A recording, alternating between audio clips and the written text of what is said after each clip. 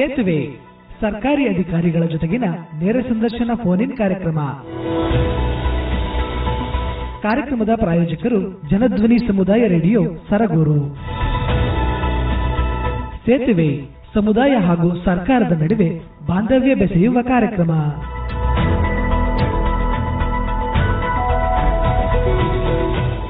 ಪ್ರಿಯ ಜನಧ್ವನಿ ಕೇಳುಗರಿಗೆಲ್ಲ ನೇರ ಸಂದರ್ಶನ ಫೋನ್ ಇನ್ ಕಾರ್ಯಕ್ರಮಕ್ಕೆ ಆತ್ಮೀಯ ಸ್ವಾಗತ. ನಾನು ನಿಮ್ಮ ಬಾನುಲಿ ಗೆಳೆಯ ನಿಂಗರಾಜು. ಕೇಳುಗರು, ಇವತ್ತಿನ ನೇರ ಸಂದರ್ಶನ ಫೋನ್ ಇನ್ ಕಾರ್ಯಕ್ರಮದಲ್ಲಿ ವೃತ್ತಿ ಮಾರ್ಗದರ್ಶನ ಮತ್ತು ವೃತ್ತಿ ತರಬೇತಿಗಳ ಕುರಿತು ಇವತ್ತು ಮಾತನಾಡಲು ನಮ್ಮ ಜೊತೆ ಇದ್ದಾರೆ ಎಚ್.ಡಿ. ಕೋಟೆ ಐಟಿ ಕಾಲೇಜಿನ ತರಬೇತಿ ಅಧಿಕಾರಿಗಳು, ರಾಜ್ಯ ಪ್ರಶಸ್ತಿ ಪುರಸ್ಕೃತ NSS ಅಧಿಕಾರಿಗಳು ಆದ ಶ್ರೀ ರವಿಶಂಕರ್ ಜೀರವರು. ನೀವು ಕೂಡ ಕರೆ ಮಾಡಿ SSLC ನಂತರದ ವೃತ್ತಿ ತರಬೇತಿಗಳು ಹಾಗೂ ಮಾರ್ಗದರ್ಶನ ಹಾಗೂ PUC ನಂತರದ ವೃತ್ತಿ ತರಬೇತಿಗಳು ಮತ್ತು ಮಾರ್ಗದರ್ಶನಗಳ ಕುರಿತು ತಜ್ಞರ ಜೊತೆ ನೇರವಾಗಿ ಮಾತನಾಡಬಹುದು. ಸರ್, ಕಾರ್ಯಕ್ರಮಕ್ಕೆ ಆತ್ಮೀಯ ಸ್ವಾಗತ. ತಮಗೂ ಕೂಡ ಜನಧ್ವನಿ 90.8 ಮೆಗಾಹರ್ಟ್ಜ್ ಸಮುದಾಯ ರೇಡಿಯೋ ಕೇಂದ್ರ ಸರಗೂರು ಹಾಗೂ ಈ ಕಾರ್ಯಕ್ರಮದಲ್ಲಿ ಭಾಗಿಯಾಗಿರುವ ಎಲ್ಲರಿಗೂ ಕೈಗಾರಿಕಾ ತರಬೇತಿ ಮತ್ತು ಉದ್ಯೋಗ ಇಲಾಖೆಯಿಂದ ನನ್ನ ಅನಂತ ನಮಸ್ಕಾರಗಳು. ಮೊದಲಿಗೆ SSLC ನಂತರ ಮುಂದೇನು, ನೆಕ್ಸ್ಟ್ ವಾಟ್ ಆಫ್ಟರ್ SSLC, ಇದು ಪ್ರತಿಯೊಬ್ಬರಿಗೂ ಕಬ್ಬಿಣದ ಕಡಲೆ ಆಗಿರುವ ಪ್ರಶ್ನೆ. ಇದಕ್ಕೆ ಸರಿಯಾದ ಪರಿಹಾರ ಕಂಡುಕೊಂಡರೆ ಮಕ್ಕಳ ಭವಿಷ್ಯ ಉತ್ತಮವಾಗುತ್ತದೆ. ಇದೊಂದು ಸರಿಯಾದ ಸಮಯ. ಬರುವ ತಿಂಗಳು ಮಾರ್ಚ್ ಏಪ್ರಿಲ್ SSLC PUC ಪರೀಕ್ಷೆ ಇರೋದ್ರಿಂದ SSLC ಈಗ ಓದ್ತಿರುವಾಗಲೇ ಈ ಮಕ್ಕಳಿಗೆ ಸರಿಯಾದ ಸಮಾಲೋಚನೆ ಮೂಲಕ ಅವನಿಗೆ ಆಸಕ್ತಿ ಇರೋ ವಿಷಯದ ಆಯ್ಕೆಗೆ ಅವಕಾಶವನ್ನು ಕೊಟ್ಟರೆ ಅವನಿಗೆ ಯಾವುದೇ ರೀತಿ ಮುಂದೆ ಜೀವನ ರೂಪಿಸ್ಕೊಳ್ಳಕ್ಕೆ ತುಂಬಾ ಅನುಕೂಲ ಆಗ್ತದೆ. ಮತ್ತೆ ವೇಸ್ಟೇಜ್ ಆಫ್ ಟೈಮ್ ಕಡಿಮೆ ಆಗ್ತದೆ. ಅವನು ಯಾವ ವಿಷಯದಲ್ಲಿ ಆಸಕ್ತಿ ಇದ್ದಾನೆ, ಪೋಷಕರಿಗೆ ಅವನಿಗೆ ಏನ್ ಮಾಡಬೇಕು ಅಂತ ಅನ್ಕೊಂಡಿದ್ದಾರೆ ಅದನ್ನ ಸರಿಯಾದ ಕೌನ್ಸೆಲಿಂಗ್ ಮಾಡಿ, ಒಂದು ಸಮಾಲೋಚನೆ ಮಾಡಿ ಅವನಿಗೆ ಒಂದು ಸರಿಯಾದ ರೀತಿ ಮಾರ್ಗದರ್ಶನವನ್ನು ಮಾಡಿದರೆ ಅವನು ಯಶಸ್ವಿ ವ್ಯಕ್ತಿ ಆಗುವುದರಲ್ಲಿ, ಅವನು ಯಾವ ವಿಷಯದ ಬಗ್ಗೆ ಪರಿಣಿತಿ ಪಡ್ಕೋಬೇಕು ಅನ್ಕೊಂಡಿದ್ದಾನೆ, ಯಾವ ವಿಷಯದ ಬಗ್ಗೆ ಆಸಕ್ತಿ ಇದೆ, ಅದರಲ್ಲಿ ಮುನ್ನಡೆಯಲು ತುಂಬಾ ಅನುಕೂಲಕರ ಆಗ್ತದೆ ಅಂತ ನಾನು ಈ ಸಮಯದಲ್ಲಿ ಹೇಳಕ್ಕೆ ಬಯಸ್ತೇನೆ. ಖಂಡಿತ ಸರ್, ತಾವು ಹೇಳಿದಂಗೆನೆ SSLC ಅಂತಕ್ಕಂಥದ್ದು ಪ್ರತಿಯೊಬ್ಬ ಒಂದು ವಿದ್ಯಾರ್ಥಿಯ ಜೀವನದಲ್ಲಿ ಒಂದು ಅಡಿಪಾಯ ಅಥವಾ ಒಂದು ಭದ್ರ ಬುನಾದಿ ಅಂತಾನೆ ಕೂಡ ಹೇಳ್ಬೋದು. ಕೆಲವ್ರಿಗೆ ನಾನು ಏನ್ ಮಾಡಬೇಕು, ಏನ್ ಓದಬೇಕು ಅಂತಕ್ಕಂಥ ಒಂದಷ್ಟು ಸಾಕಷ್ಟು ಗೊಂದಲಗಳಿರುತ್ತೆ. ಅದರಲ್ಲೂ ಅವರ ಒಂದು ತಂದೆ ತಾಯಿಗಳಿಗೂ ಕೂಡ ನನ್ನ ಮಗನ ಆಗ ಮಾಡಿಸ್ಬೇಕು, ಈಗ ಮಾಡಿಸ್ಬೇಕು ಅಂತಕ್ಕಂಥ ಆಲೋಚನೆಗಳು ತುಂಬಾ ಇರುತ್ತೆ ಸರ್. ಸೊ ಈ ಒಂದು ನಿಟ್ಟಿನಲ್ಲಿ ತಾವು ಹೇಳ್ದಂಗೆನೆ SSLC ಆದ ನಂತರ ಏನ್ ಮಾಡಬೇಕು, ಏನ್ ಓದಬೇಕು, ಏನ್ ಓದಿದ್ರೆ ನಾನು ಒಂದು ಮಾರ್ಗದರ್ಶನ ಅಥವಾ ಒಂದು ಉದ್ಯೋಗ ಪಡೆದುಕೊಳ್ತಕ್ಕಂಥದ್ದಿರ್ಬೋದು ಅಥವಾ ಒಂದು ಹೈಯರ್ ಎಜುಕೇಶನ್ ಮಾಡ್ತಕ್ಕಂಥದ್ದಿರ್ಬೋದು, ಇವೆಲ್ಲ ಕೂಡ ಒಂದು SSLC ಅಂತಕ್ಕಂಥದ್ದು ಆ ಒಂದು ವಿದ್ಯಾರ್ಥಿ ಜೀವನದ ಒಂದು ಮೈಲಿಗಲ್ಲು ಅಂತಾನೆ ಕೂಡ ಹೇಳ್ಬೋದು ಸರ್.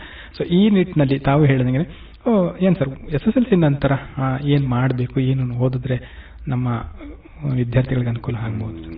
ಉತ್ತಮ ಪ್ರಶ್ನೆ ಲಿಂಗರಾಜ್ ಅವರೇ. SSLC ವರೆಗೆ ಪೋಷಕರಿಗೆ ಅಂಥದ್ದೇನು ಕಷ್ಟ ಅನ್ಸಿರಲ್ಲ. ನಮ್ಮ ಮಗು ಏನೋ ಓದ್ತಾ ಇದ್ದಾನೆ, SSLC ಮಾಡ್ತಾನೆ, ಆಮೇಲೆ ಏನೋ ನೋಡೋಣ, ಅವನಿಗೇನೋ ಓದಿಸೋಣ ಅನ್ನೋದು ಅವನ ಮನಸ್ಸಲ್ಲಿ ಇರ್ತದೆ. SSLC ಬಂದಾಗ ಅವನಿಗೆ ಸರಿಯಾದ ಸಮಾಲೋಚನೆ ಮಾಡಿ ಮುಂದೆ ಏನ್ ಮಾಡಬೇಕು ಅಂತ ಅನ್ಕೊಂಡಿದ್ಯಾ ನೀನು, ನಿನ್ಗೆ ಆಸಕ್ತಿ ಏನು ಅಂತ ಫಸ್ಟ್ ಅವನು ಫೈಂಡ್ ಔಟ್ ಮಾಡ್ಬೇಕು ನಾವು. ಅದಾದ ನಂತರ ಪೇರೆಂಟ್ಸ್ ಕೂಡ ನನ್ನ ಮಗ ಡಾಕ್ಟ್ರೇ ಆಗ್ಬೇಕು, ಇಂಜಿನಿಯರ್ ಆಗ್ಬೇಕು ಅನ್ನೋ ಒಂದು ಮನಸ್ಥಿತಿಲಿ ಇರಬಾರ್ದು. ಅವನಿಗೆ ಯಾವ ವಿಷಯದಲ್ಲಿ ಆಸಕ್ತಿ ಇದೆ ಆ ವಿಷಯದಲ್ಲಿ ಅವನು ಮುಂದೆ ಹೋದ್ರೆ, ಮುನ್ನಡೆದ್ರೆ ಅವನು ಸಕ್ಸಸ್ ಆಗ್ತಾನೆ ಅಂತ ಅವ್ರು ತಿಳ್ಕೊಂಡು ಯಾರು ಶಿಕ್ಷಕರಿಂದ ಆಗ್ಬೋದು ಅಥವಾ ನಮ್ಮಂತವರ ಕೌನ್ಸಿಲಿಂಗ್ ಅವರಿಂದ ಆಗ್ಬೋದು, ಈ ತರ ಪರಿಣಿತರಿಂದ ಅವರ ಅನುಭವನ ಶೇರ್ ಮಾಡಿಸಿ ಅವನಿಗೆ ಉತ್ತೇಜನ ಕೊಟ್ಟದ್ದೇ ಆದಲ್ಲಿ ಅವನಿಗೆ ಆ ವಿಷಯದಲ್ಲಿ ಒಂದು PUC ಆಗ್ಬೋದು, ಡಿಪ್ಲೊಮಾ ಆಗ್ಬೋದು, IT ಆಗ್ಬೋದು, ಅವನಿಗೆ ಯಾವ್ದು ಆಸಕ್ತಿ ಇದೆ ಅಲ್ಲಿಗೆ ಸೇರಿಸಿದ್ರೆ ಅವನ ಭವಿಷ್ಯದಲ್ಲಿ ಉತ್ತಮವಾಗಿ ರೂಪಿಸ್ಕೋತಾನೆ ಅನ್ನೋದು ನನ್ನ ಅನುಭವ. ಖಂಡಿತ ಸರ್, ತಾವು ಹೇಳಿದಂಗೆ ನಿಜ ಸರ್. ಈಗ ನಾವು ನಮ್ಮ ಮಗುವನ್ನ ಈ ತರ ಮಾಡ್ಬೇಕು, ಆ ತರ ಮಾಡ್ಬೇಕು ಅನ್ನೋದಕ್ಕಿಂತ ಹೆಚ್ಚಾಗಿ ಆ ಒಂದು ವಿದ್ಯಾರ್ಥಿನಲ್ಲಿ ಯಾವ ರೀತಿಯ ಒಂದು ಕೌಶಲ್ಯ ಇದೆ, ಅವನಿಗೆ ಯಾವ್ದರಲ್ಲಿ ಮಾಡಿದ್ರೆ ಮುಂದುವರಿಬಹುದು ಅಥವಾ ನಾನು ಈ ಒಂದು ಕ್ಷೇತ್ರದಲ್ಲಿ ಹೋಗೋದ್ರಿಂದ ನನ್ನ ಜೀವನವನ್ನು ನಾನು ರೂಪಿಸ್ಕೊಳ್ಬಹುದು ಅನ್ನೋದ್ರ ಬಗ್ಗೆ ನಾವು ಅರ್ಥ ಮಾಡ್ಕೊಂಡು ಅದಕ್ಕೆ ಸಂಬಂಧಪಟ್ಟಂತೆ ನಾವು ಅವ್ರನ್ನ ಒಂದು ಪೂರ್ವ ಸಿದ್ಧತೆ ಮಾಡೋದ್ರಿಂದ ಅವರಿಗೆ ಬಹಳ ಅನುಕೂಲ ಆಗುತ್ತೆ ಅಂತಾನೆ ಕೂಡ ಹೇಳ್ಬೋದು ಸರ್. ಆ ನಿಟ್ಟಿನಲ್ಲಿ ಮತ್ತಷ್ಟು ಚರ್ಚೆ ಮಾಡೋಣ ಸರ್. ಒಂದು ಕರೆ ಇದೆ. ಹಲೋ. ನಮಸ್ತೆ, ತಮ್ಮ ಹೆಸರು, ಎಲ್ಲಿಂದ ಮಾತಾಡ್ತಿದ್ದೀರಾ? ನಮಸ್ತೆ ಸರ್. ನನ್ನ ಹೆಸರು ಹರಿರಾಮ್ ಅಂತ, ನಾನು ಚಾಮರಾಜನಗರ ಜಿಲ್ಲೆ ಹನೂರು ತಾಲೂಕು ಗುಲ್ಲಹಳ್ಳಿ ಗ್ರಾಮ. ಹೇಳಿ ತಮ್ಮ ಪ್ರಶ್ನೆ ಏನು ಅಂತ. ಅದೇ ಸರ್, ಈಗ PUC ಕಾಮರ್ಸ್ ಮಾಡಿದ್ದೀನಿ, ಆಮೇಲೆ ಫಾರೆಸ್ಟ್ ಆಫೀಸ್ ಒಂದು 5 ವರ್ಷ ಹೊರಗುತ್ತಿಗೆ ಆಧಾರದ ಮೇಲೆ ಕಂಪ್ಯೂಟರ್ ಆಪರೇಟರ್ ಆಗಿ ವರ್ಕ್ ಮಾಡಿದ್ದೆ. ಇದೆ ಮಾರ್ಗದರ್ಶನ, ವೃತ್ತಿಪರ ತರಬೇತಿ ಮತ್ತು ಕೋರ್ಸ್ಗಳು ಅಂತ ಇದ್ರಲ್ಲ ಸರ್, ಅದ್ರ ಬಗ್ಗೆ ಕೇಳೋಣ ಅಂತ ಮಾಡ್ತೀನಿ ಸರ್. ಓಕೆ, ಹೇಳಿ. ನಿಮ್ಮ ಹೆಸರೇನಂದ್ರೆ? ಅದೇ ಹರಿರಾಮ್. ಹರಿರಾಮ್ ಅಂತ. ಹರಿರಾಮ್. ಈಗ ನೀವು ಮುಂದೆ ನಿಮ್ಮ ಆಸಕ್ತಿ ಏನು? ನೀವೇನ್ ಮಾಡಬೇಕು ಅಂತ ಅನ್ಕೊಂಡಿದ್ದೀರಿ, ಅದರಲ್ಲಿ ನಿಮ್ಮ ಆಸಕ್ತಿ ಏನು? ಅದೇ ಸರ್, ಸದ್ಯಕ್ಕೆ ಮನೆ ಜವಾಬ್ದಾರಿ ನನ್ನದು ಇರೋದ್ರಿಂದ ಸದ್ಯ ಒಂದು ಕಂಪ್ಯೂಟರ್ ಆಪರೇಟರ್ ಆಗಿ ವರ್ಕ್ ಮಾಡ್ತಾ ಇದ್ದೀನಿ ಸರ್. ಡಿಗ್ರಿ ಕರೆಸ್ಪಾಂಡೆಂಟ್ ಕಟ್ಕೊಂಡು ಮಾಡ್ತಾ ಇದ್ದೀನಿ ಸರ್. ಇನ್ನೂ ಕಟ್ಟಿಲ್ಲ, ಬಟ್ ಕಟ್ಟಬೇಕಂತ ಇದು ಮಾಡ್ಕೊಂಡಿದ್ದೀನಿ ಸರ್. ಈಗ ನೀವು ಕಂಪ್ಯೂಟರ್ ಆಪರೇಟರ್ ಆಗಿ ಬೇರೆ ಕಡೆ ವರ್ಕ್ ಮಾಡ್ತಾ ಇದ್ದೀರಾ, ನೀವು ಸ್ವಂತ ಸೆಂಟರ್ ಇಟ್ಕೊಂಡಿದ್ದೀರಾ? ಇಲ್ಲ ಸರ್, ಬೇರೆ ಕಡೆ ಔಟ್ಸೋರ್ಸ್ ಮೇಲೆ ವರ್ಕ್ ಮಾಡ್ತಾ ಇದ್ದೀನಿ ಸರ್. ಔಟ್ಸೋರ್ಸ್ ಆದ್ರೆ ಒಂದು ಲಿಮಿಟೆಡ್ ಆದಾಯ ಇರ್ತದೆ. ನಿಮ್ಗೆ ಹೇಗೂ ಒಂದು ಅನುಭವ ಇರೋದ್ರಿಂದ ಒಂದು ಸ್ವಂತ ಕಂಪ್ಯೂಟರ್ ಸೆಂಟರ್ ಮಾಡ್ಕೊಳ್ಳಿಕ್ಕೆ ಒಂದು CSC ಸೆಂಟರ್ ಅಥವಾ ಒಂದು ಕಂಪ್ಯೂಟರ್ ಟ್ರೈನಿಂಗ್ ಸೆಂಟರ್ ಅಥವಾ ಡೇಟಾ ಎಂಟ್ರಿ ಸೆಂಟರ್ ಆ ಥರ ಮಾಡ್ಕೊಳ್ಳಿಕ್ಕೆ ಒಂದು ಪರಿಣಿತಿಯಾದಂತಹ ಒಂದು DTP ಮತ್ತು ಕನ್ನಡ ಇಂಗ್ಲಿಷ್ ಟೈಪಿಂಗ್ ಇಂಥದನ್ನ ಚೆನ್ನಾಗಿ ಕಲ್ತ್ಕೊಂಡ್ರೆ ಅದನ್ನ ಕಲಿಸ್ಲಿಕ್ಕೆ ತುಂಬಾ ಸಂಸ್ಥೆಗಳು ಉಚಿತವಾಗಿ ಕೊಡ್ತವೆ. ಮೈಸೂರು ರುಡ್ಶೆಡ್ ಆಗಿರ್ಬೋದು, JSS ಶಿಕ್ಷಣ ಸಂಸ್ಥೆ ಆಗಿರ್ಬೋದು, ಮತ್ತೆ ಇಲ್ಲಿ ಸರಗೂರಲ್ಲಿ ಒಂದು 6 ಮಂತ್ ಉಚಿತವಾಗಿ ಊಟ ವಸತಿ ಕೊಟ್ಟು, ಈ ಸರಗೂರವ್ರದೇ ಸ್ವಾಮಿ ವಿವೇಕಾನಂದ ಯೂತ್ ಮೂವ್ಮೆಂಟ್ ಅಂತ ಹೇಳಿ ಒಂದು ಕೆಂಚನಹಳ್ಳಿ ಅಂತ ಇದೆ, ಅಲ್ಲಿ ನಿಮಗೆ 6 ಮಂತ್ ಕಂಪ್ಯೂಟರ್ ಟ್ರೈನಿಂಗು ಮತ್ತೆ ಸ್ಪೋಕನ್ ಇಂಗ್ಲಿಷ್ ಟ್ರೈನಿಂಗ್ ಕೊಡ್ತಾರೆ. ಪ್ಲೇಸ್ಮೆಂಟ್ ಬೇಕು ಅಂದ್ರೆ ಪ್ಲೇಸ್ಮೆಂಟ್ ಮಾಡಿಸ್ಕೊಡ್ತಾರೆ ಅವರೇ. ಅದಾದ ನಂತರ ಇಲ್ಲ ಸ್ವಂತ ನಾನು ಮಾಡ್ಕೊತೀನಿ ಅಂದ್ರೆ ಅವರು ಸ್ವಂತವಾಗಿ ನಿಮಗೆ ಮಾಡ್ಕೊಳ್ಳಿಕ್ಕೆ ಏನು ರೂಪುರೇಷೆಗಳು ಬೇಕೋ ಅದನ್ನ ಮಾಡ್ಕೊಡ್ತಾರೆ. ಅದನ್ನ ನೀವು ಉಪಯೋಗಿಸ್ಕೊಂಡ್ರೆ ಮುಂದೆ ಬೇರೆ ಕಡೆ ಹೋಗಿ ಟೆಂಪ್ರರಿಗೆಲ್ಲ ಕೆಲಸ ಮಾಡಿದ್ದು 2 ವರ್ಷ ಮಾಡದೆ ತೆಗೆದಾಕಿದ್ರು ಅಂತ ಹೇಳ್ತಾ ಇದ್ದೀರಾ. ಅದರ ಬದಲು ನೀವೇ ಸ್ವಂತ ಉದ್ಯೋಗವನ್ನ ನೀವೇ ಸೃಷ್ಟಿಸ್ಕೊಂಡ್ರೆ ನಿಮಗೆ ಅನುಕೂಲ ಆಗ್ತದೆ ಅಂತ ನಾನು ಹೇಳ ಬಯಸ್ತೇನೆ. ಇಲ್ಲಿ ಸರಗೂರಲ್ಲಿ ನೀವು ಬಂದ್ರೆ, ಸರಗೂರಿಗೆ ನೀವು ಬಂದ್ರೆ ಇಲ್ಲಿ ಒಂದು ಸ್ವಾಮಿ ವಿವೇಕಾನಂದ ಯೂತ್ ಮೂವ್ಮೆಂಟ್ ಅಂತೇಳಿ ಅವರ ಸಂಸ್ಥೆ ಇದೆ. ಉಚಿತವಾಗಿ ನಿಮಗೆ ತರಬೇತಿ ಕೊಡ್ತಾರೆ. 6 ತಿಂಗಳು ಉಚಿತ ಊಟ ವಸತಿ ಕೊಟ್ಟು ತರಬೇತಿ ಕೊಡ್ತಾರೆ ಇವರು. ಅಲ್ಲಿ ತಗೊಂಡ್ರೆ 1 ತಿಂಗಳು ನೀವು 6 ತಿಂಗಳು ತರಬೇತಿ ತಗೊಂಡ್ರೆ ನಿಮ್ಗೆ ಎಕ್ಸ್ಪೀರಿಯನ್ಸ್ ಇರೋದ್ರಿಂದ 3 ತಿಂಗಳು ತರಬೇತಿ ತಗೊಂಡ್ರು ಸ್ವಂತವಾಗಿ ನೀವು ಒಂದು ಸೆಂಟರ್ನ ಮಾಡ್ಕೊಂಡ್ರೆ ಬೇರೆಯವ್ರ ಮೇಲೆ ನೀವು ಡಿಪೆಂಡ್ ಆಗಂಗಿಲ್ಲ. ನೀವೇ ಸ್ವಯಂ ಉದ್ಯೋಗಿ ಆಗ್ಬೋದು. ನಂಬರ್ ಬೇಕಾ? ನಂಬರ್ ಕೊಡಿ ಸರ್. ನಂಬರ್ ಬರ್ಕೊಳ್ಳಿ. ಸರಗೂರಲ್ಲಿ ಬರ್ಕೋತೀರಾ? ಬರ್ಕೊಳ್ಳಿ. ರವಿಕುಮಾರ್ ಅಂತ ಬರ್ಕೊಳ್ಳಿ. ರವಿಕುಮಾರ್ ಸರ್. ರವಿಕುಮಾರ್ ಅಂತೇಳಿ 9972 91 4762 ಅದು ಇನ್ನೊಂದು PD ನಾಯಕ್ ಅಂತ ಇದಾರೆ, ಬರ್ಕೊಳ್ಳಿ ಆ ನಂಬರ್. ಅವ್ರಿಗೆ ಫೋನ್ ಮಾಡಿ ಈ ತರ ಹೇಳಿದ್ರು ಸರ್ ಅಂತ ಹೇಳಿ ಆ ನಂಬರ್ ಫೋನ್ ಮಾಡಿ. ರವಿಕುಮಾರ್ ಮಾಡಿ, ಡೀಟೇಲ್ ಕೊಡ್ತಾರೆ ನಿಮಗೆ. ಸರಿ ಸರ್, ರವಿಕುಮಾರ್ ಅವರು ಕಾಂಟ್ಯಾಕ್ಟ್ ಮಾಡಿ. ಅದು ನಿಮ್ಗೆ ಅನುಕೂಲ ಆಗುತ್ತೆ. ಯಾಕೆ ನೀವು ಲೈಫಲ್ಲಿ ಫೈನಲ್ ಸ್ಟೇಜಲ್ಲಿ ಸೆಟ್ಲ್ ಆಗೋ ಸ್ಟೇಜಲ್ಲಿ ಇದ್ದೀರಿ. ಹಂಗಾಗಿ ಏನಾದ್ರು ಒಂದು ಇಮಿಡಿಯೇಟ್ ಆಗಿ ಮಾಡ್ಬೇಕು. ನೀವು ತಕ್ಷಣ ಮಾಡ್ಕೊಳ್ಳಿ. ಏಜ್ ನಿಮ್ದು? ವಯಸ್ಸೆಷ್ಟು? 22 ಸರ್. ಅದೇ ಈ ಟೈಮಲ್ಲಿ ಮಾಡ್ಕೋಬೇಕು. ಈ ಟೈಮಲ್ಲಿ ಮಾಡ್ಕೊಂಡ್ರೆ ನಿಮ್ಗೆ ಅನುಕೂಲ ಆಗುತ್ತೆ. Okay sir. ಓಕೆ, ಧನ್ಯವಾದಗಳು ಹರಿರಾಮ್ ಅವರೇ ಕರೆ ಮಾಡಿದ್ದಕ್ಕೆ. ಸರ್, ಈಗ ತಾವು ಮಾತನಾಡ್ತಾ ಹೇಳ್ತಾ ಇದ್ರಿ ಸರ್, SSLC ಅಂತಕ್ಕಂಥ ಒಂದು ದಾಟದ ಮೇಲೆ ಏನು ಮಾಡಬೇಕು ಈಗ ಅಂತ. ಸರ್, ಈಗ SSLC ಆದ ನಂತರ ಹಲವಾರು ಪೋಷಕರಿಗಿರ್ಬೋದು, ವಿದ್ಯಾರ್ಥಿಗಳಿಗೊಂದು ಗೊಂದಲ ಇರುತ್ತೆ. ನಾನು ಸೈನ್ಸ್ ತಗೊಂಡು ಓದಬೇಕು, ಆರ್ಟ್ಸ್ ತಗೊಂಡು ಓದಬೇಕು, ಕಾಮರ್ಸ್ ತಗೋಬೇಕು ಅಥವಾ ಡಿಪ್ಲೊಮಾ ಮಾಡಬೇಕು. ಸೊ ಈ ಥರ ಒಂದು ಗೊಂದಲದಲ್ಲಿ ಕೂಡ ಕೆಲವರು ಇರ್ತಾರೆ ಸರ್. ಹಾಗಾಗಿ ಇದರ ಬಗ್ಗೆ ತಮ್ಮ ಒಂದು ಅನುಭವದಲ್ಲಿ ಹೇಗೆ ಸರ್, ಯಾವ ಥರ ಹೋದ್ರೆ ಮುಂದುವರಬಹುದು ಅನ್ನೋದು ತಮ್ಮ ಒಂದು ಅನಿಸಿಕೆ ಸರ್? ಮೊದಲನೇದಾಗಿ ಅವನು SSLC ಆದ ತಕ್ಷಣ ಈಗಾಗಲೇ ಅವನಿಗೆ ನಾವು ಕೌನ್ಸಿಲಿಂಗ್ ಮಾಡಿದ್ರೆ ಅವನು ಒಂದು ನೇರವಾಗಿ ನಾನು ಇಂಥದೇ ಮಾಡಬೇಕು ಅಂತ ಮನಸ್ಥಿತಿ ಬಂದ್ಬಿಟ್ಟಿರ್ತಾನೆ. ಕೌನ್ಸಿಲಿಂಗ್ ಮಾಡಿದ್ರೆ ಮಾತ್ರ ಸಾಧ್ಯ ಅದು. ಇಲ್ಲಾಂದ್ರೆ ಪೋಷಕರು ನೀನು ಇಂಜಿನಿಯರಿಂಗ್ ಮಾಡು ಅಂತಾರೆ, ಇವನು ನಾನು ಕಾಮರ್ಸ್ ಓದ್ತೀನಿ, ಆರ್ಟ್ಸ್ ಓದ್ತೀನಿ, ITI ಓದ್ತೀನಿ, ಡಿಪ್ಲೊಮಾ ಓದ್ತೀನಿ ಅಂತಾನೆ. ಗೊಂದಲದಲ್ಲಿ ಅವನು ಯಾವ್ದೋ ಒಂದ್ ಕಡೆ ಸೇರಿಸ್ತಾರೆ. ಗೊಂದಲದಲ್ಲಿ ಅವನು 2 year ಟೈಮ್ ವೇಸ್ಟ್ ಮಾಡ್ತಾನೆ. ಪುನಃ ನೆಕ್ಸ್ಟ್ ಫೇಲ್ ಆಗ್ತಾನೆ. ಮತ್ತೆ SSLC ಇಂದ ಏನ್ ಮಾಡಕ್ ಬಂದ ಅಲ್ಲಿಗೆ ಹೋಗ್ತಾನೆ. ಅದರ ಬದಲು ನಾವು ಕೌನ್ಸಿಲಿಂಗ್ ಮಾಡಿರ್ತೀವಿ, ಮಾಡಿಸ್ಬೇಕು ಎಲ್ಲರೂ ಕಡ್ಡಾಯವಾಗಿ. SSLC ಫೈನಲ್ ನೆಕ್ಸ್ಟ್ ಮಂತ್, ಈ ಮಂತ್ ಎಕ್ಸಾಮ್ ಇರೋದ್ರಿಂದ ಮಾಡಿದ ತಕ್ಷಣ ನಾವು ನೇರವಾಗಿ ಆಯ್ಕೆ ಅವನ ಒಂದು ಕ್ಯಾಲಿಬರ್, ಅವನ ಒಂದು ಮನಸ್ಥಿತಿ ಹೇಗಿದೆ, ಅವನ ಇಂಟೆಲಿಜೆನ್ಸ್ ಏನಿದೆ, ಅವನು ಎಷ್ಟು ಅಂಕಗಳನ್ನು ತಗೊಂಡಿದ್ದಾನೆ, ಅವನಿಗೆ ಯಾವ್ದ್ರಲ್ಲಿ ಆಸಕ್ತಿ ಇದೆ ಅದರ ಮೇಲೆ PUC ಚಾಯ್ಸ್ ಮಾಡ್ಬೋದು, ಇಲ್ಲ ಡಿಪ್ಲೊಮಾನ ಚಾಯ್ಸ್ ಮಾಡ್ಬೋದು, ಇಲ್ಲ ITI ಚಾಯ್ಸ್ ಮಾಡ್ಬೋದು.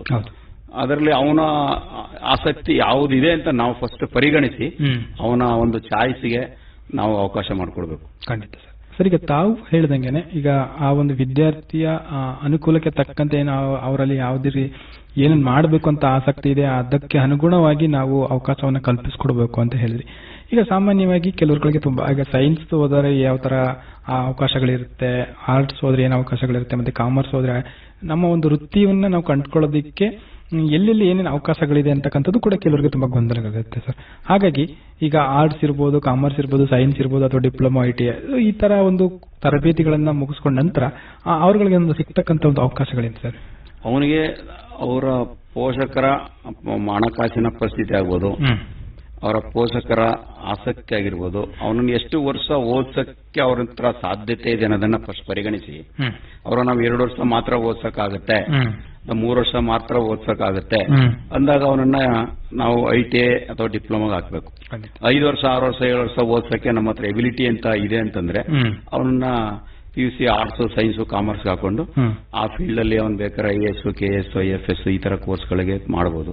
2 ಇಯರ್ 3 ಇಯರ್ ಅಂದಾಗ 2 ಇಯರೇ ನನಗೆ ಓದಕ್ ಸಾಧ್ಯ, ಅಷ್ಟರೊಳಗೆ ಅವ್ನ ಲೈಫ್ ಸೆಟ್ಲ್ ಮಾಡ್ಕೋಬೇಕು ಅಂದಾಗ ಅವನ್ನ ಕಡ್ಡಾಯವಾಗಿ ITIಗೆ ಹಾಕಿದ್ರೆ ತಕ್ಷಣ 2 ಇಯರ್ ಆದ ತಕ್ಷಣ ಅವನಿಗೆ ಒಂದು ಯಾವ್ದಾರ ಒಂದು ಕೆಲಸ ಸಿಗ್ತದೆ, ಅದನ್ನ ಜೀವನ ರೂಪಿಸ್ಕೊಳ್ಳಕ್ಕೆ ಅನುಕೂಲ ಆಗುತ್ತೆ. ಓಕೆ ಸರ್, ಅದ್ರ ಬಗ್ಗೆ ಮುಂದುವರ್ಸೋಣ. ಮತ್ತೊಂದು ಕರೆ ಇದೆ. ಹಲೋ, ನಮಸ್ಕಾರ ಸರ್. ನಮಸ್ತೆ. ತಮ್ಮ ಹೆಸರು, ಎಲ್ಲಿಂದ ಮಾತನಾಡ್ತಾ ಇದ್ದೀರಾ? ಟಿ ನರಸೀಪುರ ತಾಲೂಕು ಸೋಸ್ಪೆ ಗ್ರಾಮದಿಂದ ಮಾಧವ ಶೆಟ್ರು ಮಾಡೋ ನಮಸ್ಕಾರಗಳು. ಕಾರ್ಯಕ್ರಮಕ್ಕೆ ಸ್ವಾಗತ ಗುರುಗಳ. ಮಹಾದೇವ್ ಶೆಟ್ರೆ, ಹೇಳಿ, ಇವತ್ತು SSLC PUC ಮುಗಿದ ನಂತರ ಏನು ಓದ್ಬೇಕು ಅಥವಾ ಯಾವ ತರ ಓದಿದ್ರೆ ನಾವು ಉದ್ಯೋಗವನ್ನು ಪಡೆದುಕೊಳ್ಬಹುದು ಅನ್ನೋದ್ರ ಬಗ್ಗೆ ಮಾತನಾಡ್ತಾ ಇದ್ದಾರೆ ರವಿಶಂಕರ್ ಸರ್. ಹೇಳಿ ತಮ್ಮ ಪ್ರಶ್ನೆ ಏನು ಅಂತ. ಸರ್, ಒಳ್ಳೆ ಸಬ್ಜೆಕ್ಟ್ ಇಟ್ಕೊಂಡಿದ್ದಾರೆ. ಈಗ ನಾವು ನಾಳೆಯಿಂದ PUC ಪರೀಕ್ಷೆ ನಡೀತಾ ಇದೆ. PUC ಪರೀಕ್ಷೆ ಆದ್ಮೇಲೆ ಮಕ್ಕಳು ಅವ್ರಿಗೆ ಜೀವನ ನಡೆಯೋದು ಯಾವ ರೀತಿ ಅನ್ನೋದನ್ನ ಮೊದಲಾಗಿ ಪ್ರೋಗ್ರಾಮ್ ಇಟ್ಕೊಂಡಿದ್ದೀರಲ್ಲ, ನಿಮ್ಗೆ ತುಂಬಾ ತುಂಬಾ ಅಭಿನಂದನೆ ಗುರುಗಳೇ. ಧನ್ಯವಾದಗಳು ಮಹಾದೇವ್ ಶೆಟ್ಟಿ. ಹೇಳಿ ತಮ್ಮ ಪ್ರಶ್ನೆ ಏನು ಅಂತ. ಸರ್, ಪ್ರಶ್ನೆ ಅಂದ್ರೆ ಏನಿಲ್ಲ, ಯುವಕರು ಓದ್ಮೇಲೆ ಒಂದ್ ಸ್ವಲ್ಪ ಕೌಶಲ್ಯ ತಂದ್ರೆ ಒಂದ್ ಸ್ವಲ್ಪ ವ್ಯವಸಾಯಕ್ಕೂ ಬರ್ಬೇಕು. ಯಾಕಂದ್ರೆ ಅದು ಒಂದು ಕೌಶಲ್ಯ ತರಬೇತಿ. ಜಮೀನ್ ಇರುತ್ತೆ, ತಂದೆ ತಾಯಿಗಳ ಜಮೀನ್ ಇರುತ್ತೆ, ಆ ಜಮೀನೆಲ್ಲ ಅದಕ್ಕೆ ತೆಗೆಯಕ್ಕಾಗಲ್ಲ. ಆ ಕೌಶಲ್ಯನ ಅದನ್ನೆಲ್ಲ ಪ್ರಯೋಗ ಮಾಡಿ ನಮ್ಮ ರೈತರಲ್ಲಿ ಉತ್ಪಾದನೆ ಜಾಸ್ತಿ ಮಾಡ್ಬೇಕು, ನಮ್ಮ ರೈತ ಕುಟುಂಬ ಮಕ್ಕಳು ಬರ್ಬೇಕು ಅಂತ ನನ್ನ ಆಸೆ ಗುರುಗಳೇ. ಮಹೇಶ್ ಮಗ PUC ಏನ್ ಓದಿದಾನೆ? ನಮ್ಮ ಹುಡುಗ ಡಿಗ್ರಿ ಮಾಡ್ಕೊಂಡು ಆರಂಭ ಮಾಡ್ತಾನ ಸರ್. ಡಿಗ್ರಿನಲ್ಲಿ ಯಾವ್ದು ಮಾಡಿದಾನೆ? ಅವನು BA ಮಾಡೋಣ ಸರ್. BA. ಈಗ ಅವನು ಆರಂಭ ಮಾಡ್ತಾ ಇದ್ದಾನೆ ಅಂದ್ರೆ ಅವನಿಗೆ ನೀವು ಕೃಷಿನಲ್ಲೇ ಮುಂದುವರಿಸ್ತೀರಾ, ಇಲ್ಲ ಬೇರೆ ತಾಂತ್ರಿಕವಾದ ವಿಷಯದ ಬಗ್ಗೆ ಅವನಿಗೆ ಕಳಿಸ್ಕೊಡ್ತೀರಾ ಓದ್ಲಿಕ್ಕೆ, ಇಲ್ಲ ಕೃಷಿನಲ್ಲೇ ಮುಂದುವರಿಸ್ತೀರಾ? ಸರ್, ನಮ್ಗೆ ಜಮೀನು 18 ಎಕರೆ ನಮ್ ತಾತವ್ರು ಮಗ್ಬಿಟ್ಟು ತಗೋರ ಸರ್. ನಾವ್ ಅದನ್ನ ಮೇಂಟೈನ್ ಮಾಡ್ಕೊಂಡು ನಮ್ ತಾತವ್ರು ಹಾಕಿ ಉಳಿಸ್ಕೋಬೇಕು ಅನ್ನೋದೇ ನನ್ನ ಆಸೆ ಗುರುಗಳ. ಸರಿ, ಈಗ ಅದನ್ನ ಸ್ವಲ್ಪ ತಾಂತ್ರಿಕವಾಗಿ ಮಾಡ್ಬೇಕಂದ್ರೆ ಒಂದು ಕನೆಕ್ಟ್ ವಿತ್ ನೇಚರ್ ಅಂತ ಒಂದು ಗ್ರೂಪ್ ಮಾಡಿದ್ದಾರೆ. ಕನ್ನೇರಿ ಶ್ರೀಗಳು ಒಂದು ಸಾವಯವ ಕೃಷಿನಲ್ಲಿ ಖರ್ಚಿಲ್ಲದೆ ಯಾವ ರೀತಿ ನಾವು ಬೆಳೆ ತೆಗಿಬಹುದು ಅನ್ನೋದ್ರ ಬಗ್ಗೆ ಸುತ್ತೂರಲ್ಲಿ ದಿವ್ಯ ಮೇಡಮ್ ಅಂತೇಳಿ ಕೃಷಿ ವಿಜ್ಞಾನ ಕೇಂದ್ರದಲ್ಲಿ ಇದ್ದಾರೆ. ಅವರೆಲ್ಲ ಸೇರಿ ಒಂದು 200-300 ಜನ ಸೇರಿ ಒಂದು ಕೃಷಿಕರಿಗೆ ಸಂಬಂಧಪಟ್ಟಂಗೆ ಒಂದು ಗ್ರೂಪ್ ಮಾಡಿದ್ದಾರೆ. ಅದು ನಿಮ್ ಮಗ ಇದ್ರೆ ಕೇಳಿಸ್ಕೊಳ್ಳಿ. ಅಲ್ಲಿ ಸುತ್ತೂರು ಕೃಷಿ ವಿಜ್ಞಾನ ಕೇಂದ್ರದಲ್ಲಿ ದಿವ್ಯ ಅಂತ ಮೇಡಮ್ ಇದ್ದಾರೆ. ಅವ್ರನ್ನ ಭೇಟಿ ಮಾಡಿದ್ರೆ ನೀವು ನಿಮ್ಮ ಮಗ ವ್ಯವಸಾಯದಲ್ಲಿ ಯಾವ ರೀತಿ ಮುಂದುವರಿಬಹುದು, ಯಾವ ಬೆಳೆಗಳನ್ನ ಬೆಳೆಯಕ್ ಸಾಧ್ಯ ಅನ್ನೋದನ್ನ ಅದ್ರ ಬಗ್ಗೆ ಮಾಹಿತಿ ಕೊಡ್ತಾರೆ. ನೀವು ಮತ್ತೆ ಇನ್ನೂ ಹೆಚ್ಚಿನ ಅವನಿಗೆ ತರಬೇತಿ ಬೇಕು ಅಂದ್ರೆ ಅಗ್ರಿಕಲ್ಚರ್ ಯೂನಿವರ್ಸಿಟಿಗಳಿದಾವೆ, ಶಾರ್ಟ್ ಟರ್ಮ್ ಕೋರ್ಸ್ಗಳು ಮಾಡ್ತಾರೆ. ಅದು ಮೈಸೂರಲ್ಲಿ ಅಗ್ರಿಕಲ್ಚರ್ ಯೂನಿವರ್ಸಿಟಿ ಮೈಸೂರಲ್ಲಿ, ಅಲ್ಲಿ ಅಂತ ಕಡೆ ಹೋದ್ರೆ ಮಾಹಿತಿ ಸಿಗುತ್ತೆ. ಮೊದಲು ನಿಮ್ಗೆ ಹತ್ರ ನರಸೀಪುರದ ಹತ್ರ ಸುತ್ತೂರಿದೆ, ಅಲ್ಲಿಗೆ ಹೋದ್ರೆ ನಿಮ್ಗೆ ಅದ್ರ ದಿವ್ಯಾನವ್ರನ್ನ ಭೇಟಿ ಮಾಡಿದ್ರೆ ನಿಮ್ಗೆ ಮಾಹಿತಿ ಸಿಗುತ್ತೆ. ಸಂತೋಷ. ನನ್ನ ಆಸೆ ಏನು ಅಂದ್ರೆ ವ್ಯವಸಾಯದನ್ನ ಒಂದು ಇಂಪ್ರೂವ್ಮೆಂಟ್ ಮಾಡಬೇಕು ದೇಶದಲ್ಲಿ ಅನ್ನೋದೇ. ನಮ್ಮಲ್ಲಿ ಏನಾಗಿದೆ ಅಂದ್ರೆ ಒಬ್ಬ ಏನೋ ಮಾಡ್ದ ಅಂದ್ರೆ ಶುಂಠಿ ಬೆಳೆದ ಅಂದ್ರೆ ಎಲ್ಲರೂ ಶುಂಠಿ ಬೆಳೆದು, ಬಾಳೆ ಬೆಳೆದ ಅಂದ್ರೆ ಎಲ್ಲರೂ ಬಾಳೆ ಬೆಳೆಯೋದು, ಈ ತರ ಮಾಡ್ತಾರೆ. ಹಂಗ್ ಮಾಡಬಾರ್ದು. ತಾತ್ಕಾಲಿಕವಾಗಿ ದುಡ್ಡು ಬರೋ ಅಂತ ಬೆಳೆ ಮತ್ತೆ ಲಾಂಗ್ ಟರ್ಮ್ ದುಡ್ಡು ಬರೋ ಅಂತ ಬೆಳೆನ ಯಾವ ರೀತಿ ಒಟ್ಟಿಗೆ ಮಾಡಬಹುದು ಒಂದೇ ಜಾಗದಲ್ಲಿ ಅನ್ನೋದ್ರ ಬಗ್ಗೆ ಸಮಗ್ರ ಕೃಷಿ ಅಂತ ಕರೀತಾರೆ. ಅದರ ಬಗ್ಗೆ ನಿಮಗೆ ಜಾಸ್ತಿ ಮಾಹಿತಿನ ಸುತ್ತೂರಲ್ಲಿ ಸ್ವಾಮೀಜಿಯವರು ಅದಕ್ಕೋಸ್ಕರನೇ ಒಂದು ಕೃಷಿ ವಿಜ್ಞಾನ ಕೇಂದ್ರವನ್ನ ನಮ್ಮ ಸ್ವಾಮೀಜಿ ಸ್ಥಾಪನೆ ಮಾಡಿದ್ದಾರೆ. ಅಲ್ಲಿ ಹೋಗಿ ದಿವ್ಯಾ ಮೇಡಮ್ ಅನ್ನ ಭೇಟಿ ಮಾಡಿ ಹೆಸರು ಬರ್ಕೊಳ್ಳಿ. ಅವರೇ ಅಲ್ಲಿ ಕೃಷಿ ವಿಜ್ಞಾನಿಗಳು. ಅವ್ರನ್ನ ಭೇಟಿ ಮಾಡಿದ್ರೆ ನಿಮ್ಮ ಮಗನಿಗೆ ಒಂದು ಇದರಲ್ಲಿ ಅಗ್ರಿಕಲ್ಚರ್ ಅಲ್ಲಿ ಮುಂದುವರಿಲಿಕ್ಕೆ ತುಂಬಾ ಅನುಕೂಲ ಆಗುತ್ತೆ. ಒಳ್ಳೆ ಮಾಹಿತಿ ಕೊಟ್ಟಿದ್ದಾರೆ ಗುರುಗಳ, ನಮಗೆ ತುಂಬಾ ತುಂಬಾ ಅಭಿನಂದನೆ ಗುರುಗಳ. ಅದನ್ನು ಉಪಯೋಗಿಸ್ಕೊಳ್ಳಿ. ಓಕೆ, ಧನ್ಯವಾದಗಳು ಮಹಾದೇವ್ ಶೆಟ್ಟಿ ಕರೆ ಮಾಡಿದ್ದಕ್ಕೆ. ಧನ್ಯವಾದಗಳು ಗುರುಗಳ. ಸರ್, ತಾವು ಮಾತನಾಡ್ತಾ ಇದ್ರಿ, ಈಗ ಮಹಾದೇವ್ ಶೆಟ್ಟಿ ಕರೆ ಮಾಡೋಕ್ಕಿಂತ ಮುಂಚೆ ತಾವು ಮಾತನಾಡ್ತಾ ಇದ್ರಿ, ಏನು ಆ ಒಂದು ವಿದ್ಯಾರ್ಥಿಯ ಅನುಕೂಲಕ್ಕೆ ತಕ್ಕಂತೆ ಕೂಡ ಅವ್ರ ಪೋಷಕರು ಆ ಒಂದು ವಿದ್ಯಾರ್ಥಿಯ ಒಂದು ಮುಂದಿನ ಶೈಕ್ಷಣಿಕ ತರಬೇತಿಗಳಿಗಿರ್ಬೋದು ಅಥವಾ ಉದ್ಯೋಗಕ್ಕೆ ಸಂಬಂಧಪಟ್ಟಂತ ತರಬೇತಿಗಳ ಬಗ್ಗೆ ತಾವು ಮಾತನಾಡ್ತೀರಿ ಸರ್. ಈಗ ಅದ್ರ ಬಗ್ಗೆ ತಾವು ಮುಂದುವರಿ ಸರ್.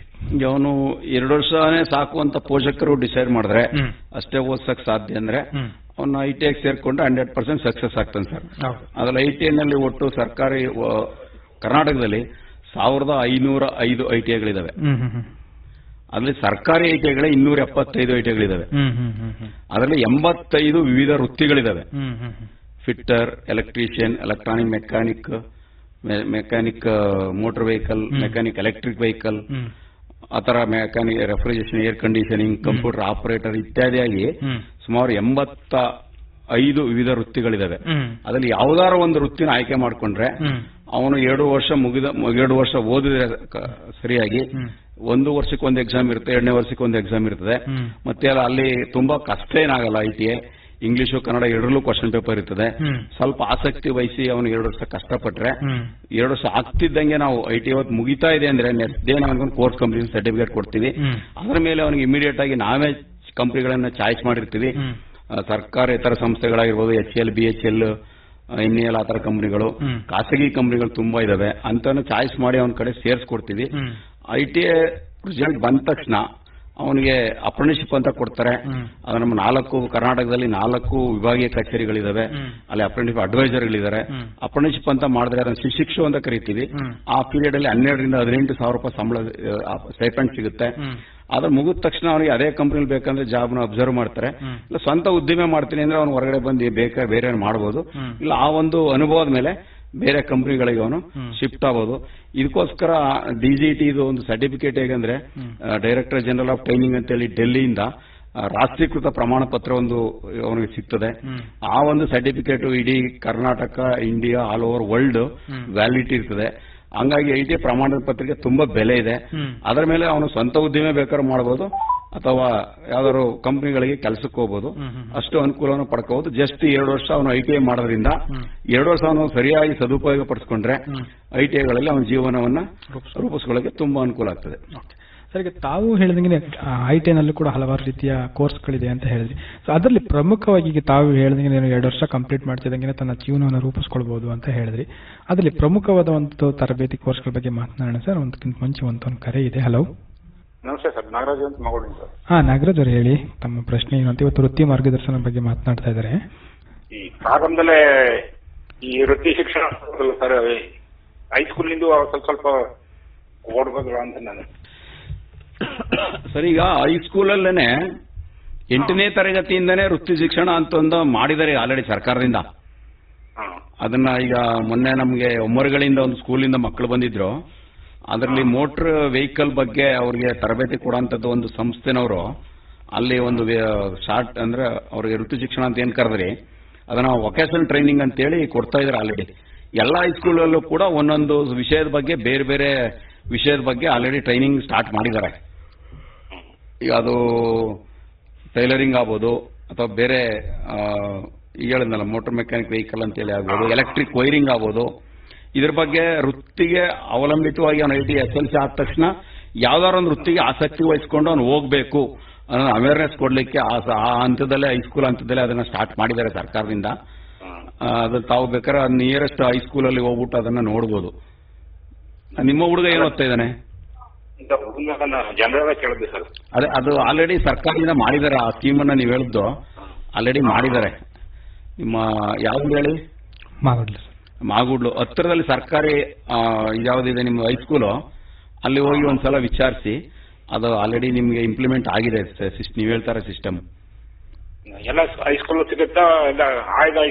ಆಯ್ದ ಹೈಸ್ಕೂಲ್ಗಳು ಈ ಒಮ್ಮರುಗಳಿನಲ್ಲಿದೆ, ಇಲ್ಲ ಆದರ್ಶ ಸ್ಕೂಲಲ್ಲಿ ಇದೆ, ಇಲ್ಲಿ ಸ್ವಾಮಿ ವಿವೇಕಾನಂದ ಇಲ್ಲೊಂದು ಸ್ಕೂಲ್ ಇದೆ ಹೊಸಳ್ಳಿ ಅಂತ ಕಡೆ ಒಂದಷ್ಟು ಜಾಸ್ತಿ ಜನ ಎಲ್ಲೆಲ್ಲಿ ಹಿಂದುಳಿದ ಪ್ರದೇಶ ಅನ್ನೋಕ್ಕಿಂತ ಹೆಚ್ಚಾಗಿ ಯಾರ್ಯಾರಿಗೆ ಆಸಕ್ತಿ ವಹಿಸಿ ಒಂದಷ್ಟು ಇಂಪ್ಲಿಮೆಂಟೇಷನ್ ಮಾಡಲಿಕ್ಕೆ ಸೆಂಟರ್ ಹೋಬಳಿ ಹೆಡ್ ಕ್ವಾರ್ಟರ್ಗಳ ತರ ಇದೆಯಲ್ಲ ಅಂತ ಕಡೆ ಮಾಡಿದ್ದಾರೆ. ಇದನ್ನ ಪ್ರಾಯೋಗಿಕಾತ್ಮಕವಾಗಿ ಮಾಡಿದ್ದಾರೆ. ಈಗ ಒಂದಷ್ಟು ಹೈಸ್ಕೂಲ್ಗಳಲ್ಲಿ ಕರ್ನಾಟಕದಲ್ಲಿ ಮಾಡಿದ್ದಾರೆ ಅದನ್ನ. ITI ವಿದ್ಯಾರ್ಥಿಗಳಿಗೆ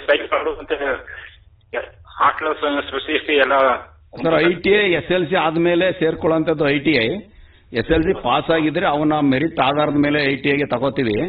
ಈ SC ಕೋಟೆನಲ್ಲೇ ನಿಮಗೆ ಒಟ್ಟು 8 ಟ್ರೇಡ್ ಇದೆ ಎಚ್ ಡಿ ಕೋಟೆನಲ್ಲಿ. Electrician, electronic, mechanic, fitter, mechanic refrigeration, air conditioning, mechanic motor vehicle, mechanic electric vehicle, advance manufacturing ಮತ್ತೆ ಕಂಪ್ಯೂಟರ್ ಆಪರೇಟರ್ ಅಂತೇಳಿ ಒಂದು 8 ಟ್ರೇಡ್ ಇದೆ. ಒಂದು 300 ಜನನ ಪ್ರತಿ ವರ್ಷ ತಗೋತೀವಿ. ಅದರಲ್ಲಿ ಅವನು ಏನು ಫೀಸು ಕಮ್ಮಿ, ₹1,500 ವರ್ಷಕ್ಕೆ ಫೀಸ್ ಇರುತ್ತೆ. ಅದು 2 ವರ್ಷದ ಕೋರ್ಸು. ಮತ್ತೆ ಆ ಫೀಸು ಕೂಡ ಅವನಿಗೆ ಸ್ಕಾಲರ್ಶಿಪ್ ರೂಪದಲ್ಲಿ ವಾಪಸ್ ಬರುತ್ತೆ. ಹಾಸ್ಟೆಲ್ ಬೇಕಂದ್ರೆ ಹಾಸ್ಟೆಲ್ ಕೂಡ ಇದೆ. ಎಲ್ಲ ಕಡೆ ಹಾಸ್ಟೆಲ್ಗಳು ಈಗ ಸರ್ಕಾರದಿಂದ, ಸಮಾಜ ಕಲ್ಯಾಣ ಇಲಾಖೆಯಿಂದ ತುಂಬಾ ಹಾಸ್ಟೆಲ್ಗಳು ಮಾಡಿದ್ದಾರೆ. ಯಾರು ಹಾಸ್ಟೆಲ್ ಬೇಕು ನನಗೆ ಅಂತಾರೆ ಅವ್ರಿಗೆ ನಾವು ಹಾಸ್ಟೆಲ್ ಕೂಡ ಪ್ರಿಫರೆನ್ಸ್ ಮಾಡಿಸ್ಕೊಡ್ತೀವಿ. ಐಟಿ ಆದ್ಮೇಲೆ ಡಿಪ್ಲೊಮಾ ಹೋಗ್ಬೋದು ಸರ್? ಐಟಿ ಆದ್ಮೇಲೆ ಡಿಪ್ಲೊಮಾಗೆ ಹೋಗ್ತೀನಿ ಅಂದ್ರೆ ಡೈರೆಕ್ಟ್ ಆಗಿ ಸೆಕೆಂಡ್ ಇಯರ್ ಡಿಪ್ಲೊಮಾಗೆ ಹೋಗ್ಬೋದು. ಡಿಪ್ಲೊಮಾ SLC ಇಂದ ಹೋದ್ರೆ 3 ವರ್ಷ ಇರ್ತದೆ. ಐಟಿ ಆದ್ಮೇಲೆ ಹೋದ್ರೆ 2 ವರ್ಷ ಇರುತ್ತೆ. ಡೈರೆಕ್ಟ್ ಸೆಕೆಂಡ್ ಇಯರ್ ಹೋಗ್ಬೋದು ಅವನು. ಡಿಪ್ಲೊಮಾ ಮುಗಿಸ್ಕೊಂಡು ಬಿ ಹೋಗ್ಬೋದು. ಡಿಪ್ಲೊಮಾ ಮುಗಿಸ್ಕೊಂಡು ಬಿ ಹೋದ್ರೆ ಡೈರೆಕ್ಟ್ ಸೆಕೆಂಡ್ ಇಯರ್ ಬಿ ಹೋಗ್ಬೋದು. ಬಿ 4 ವರ್ಷ PUC ಇಂದ ಹೋದ್ರೆ, ಡಿಪ್ಲೊಮಾ ಇಂದ ಹೋದ್ರೆ 3 ವರ್ಷ BE.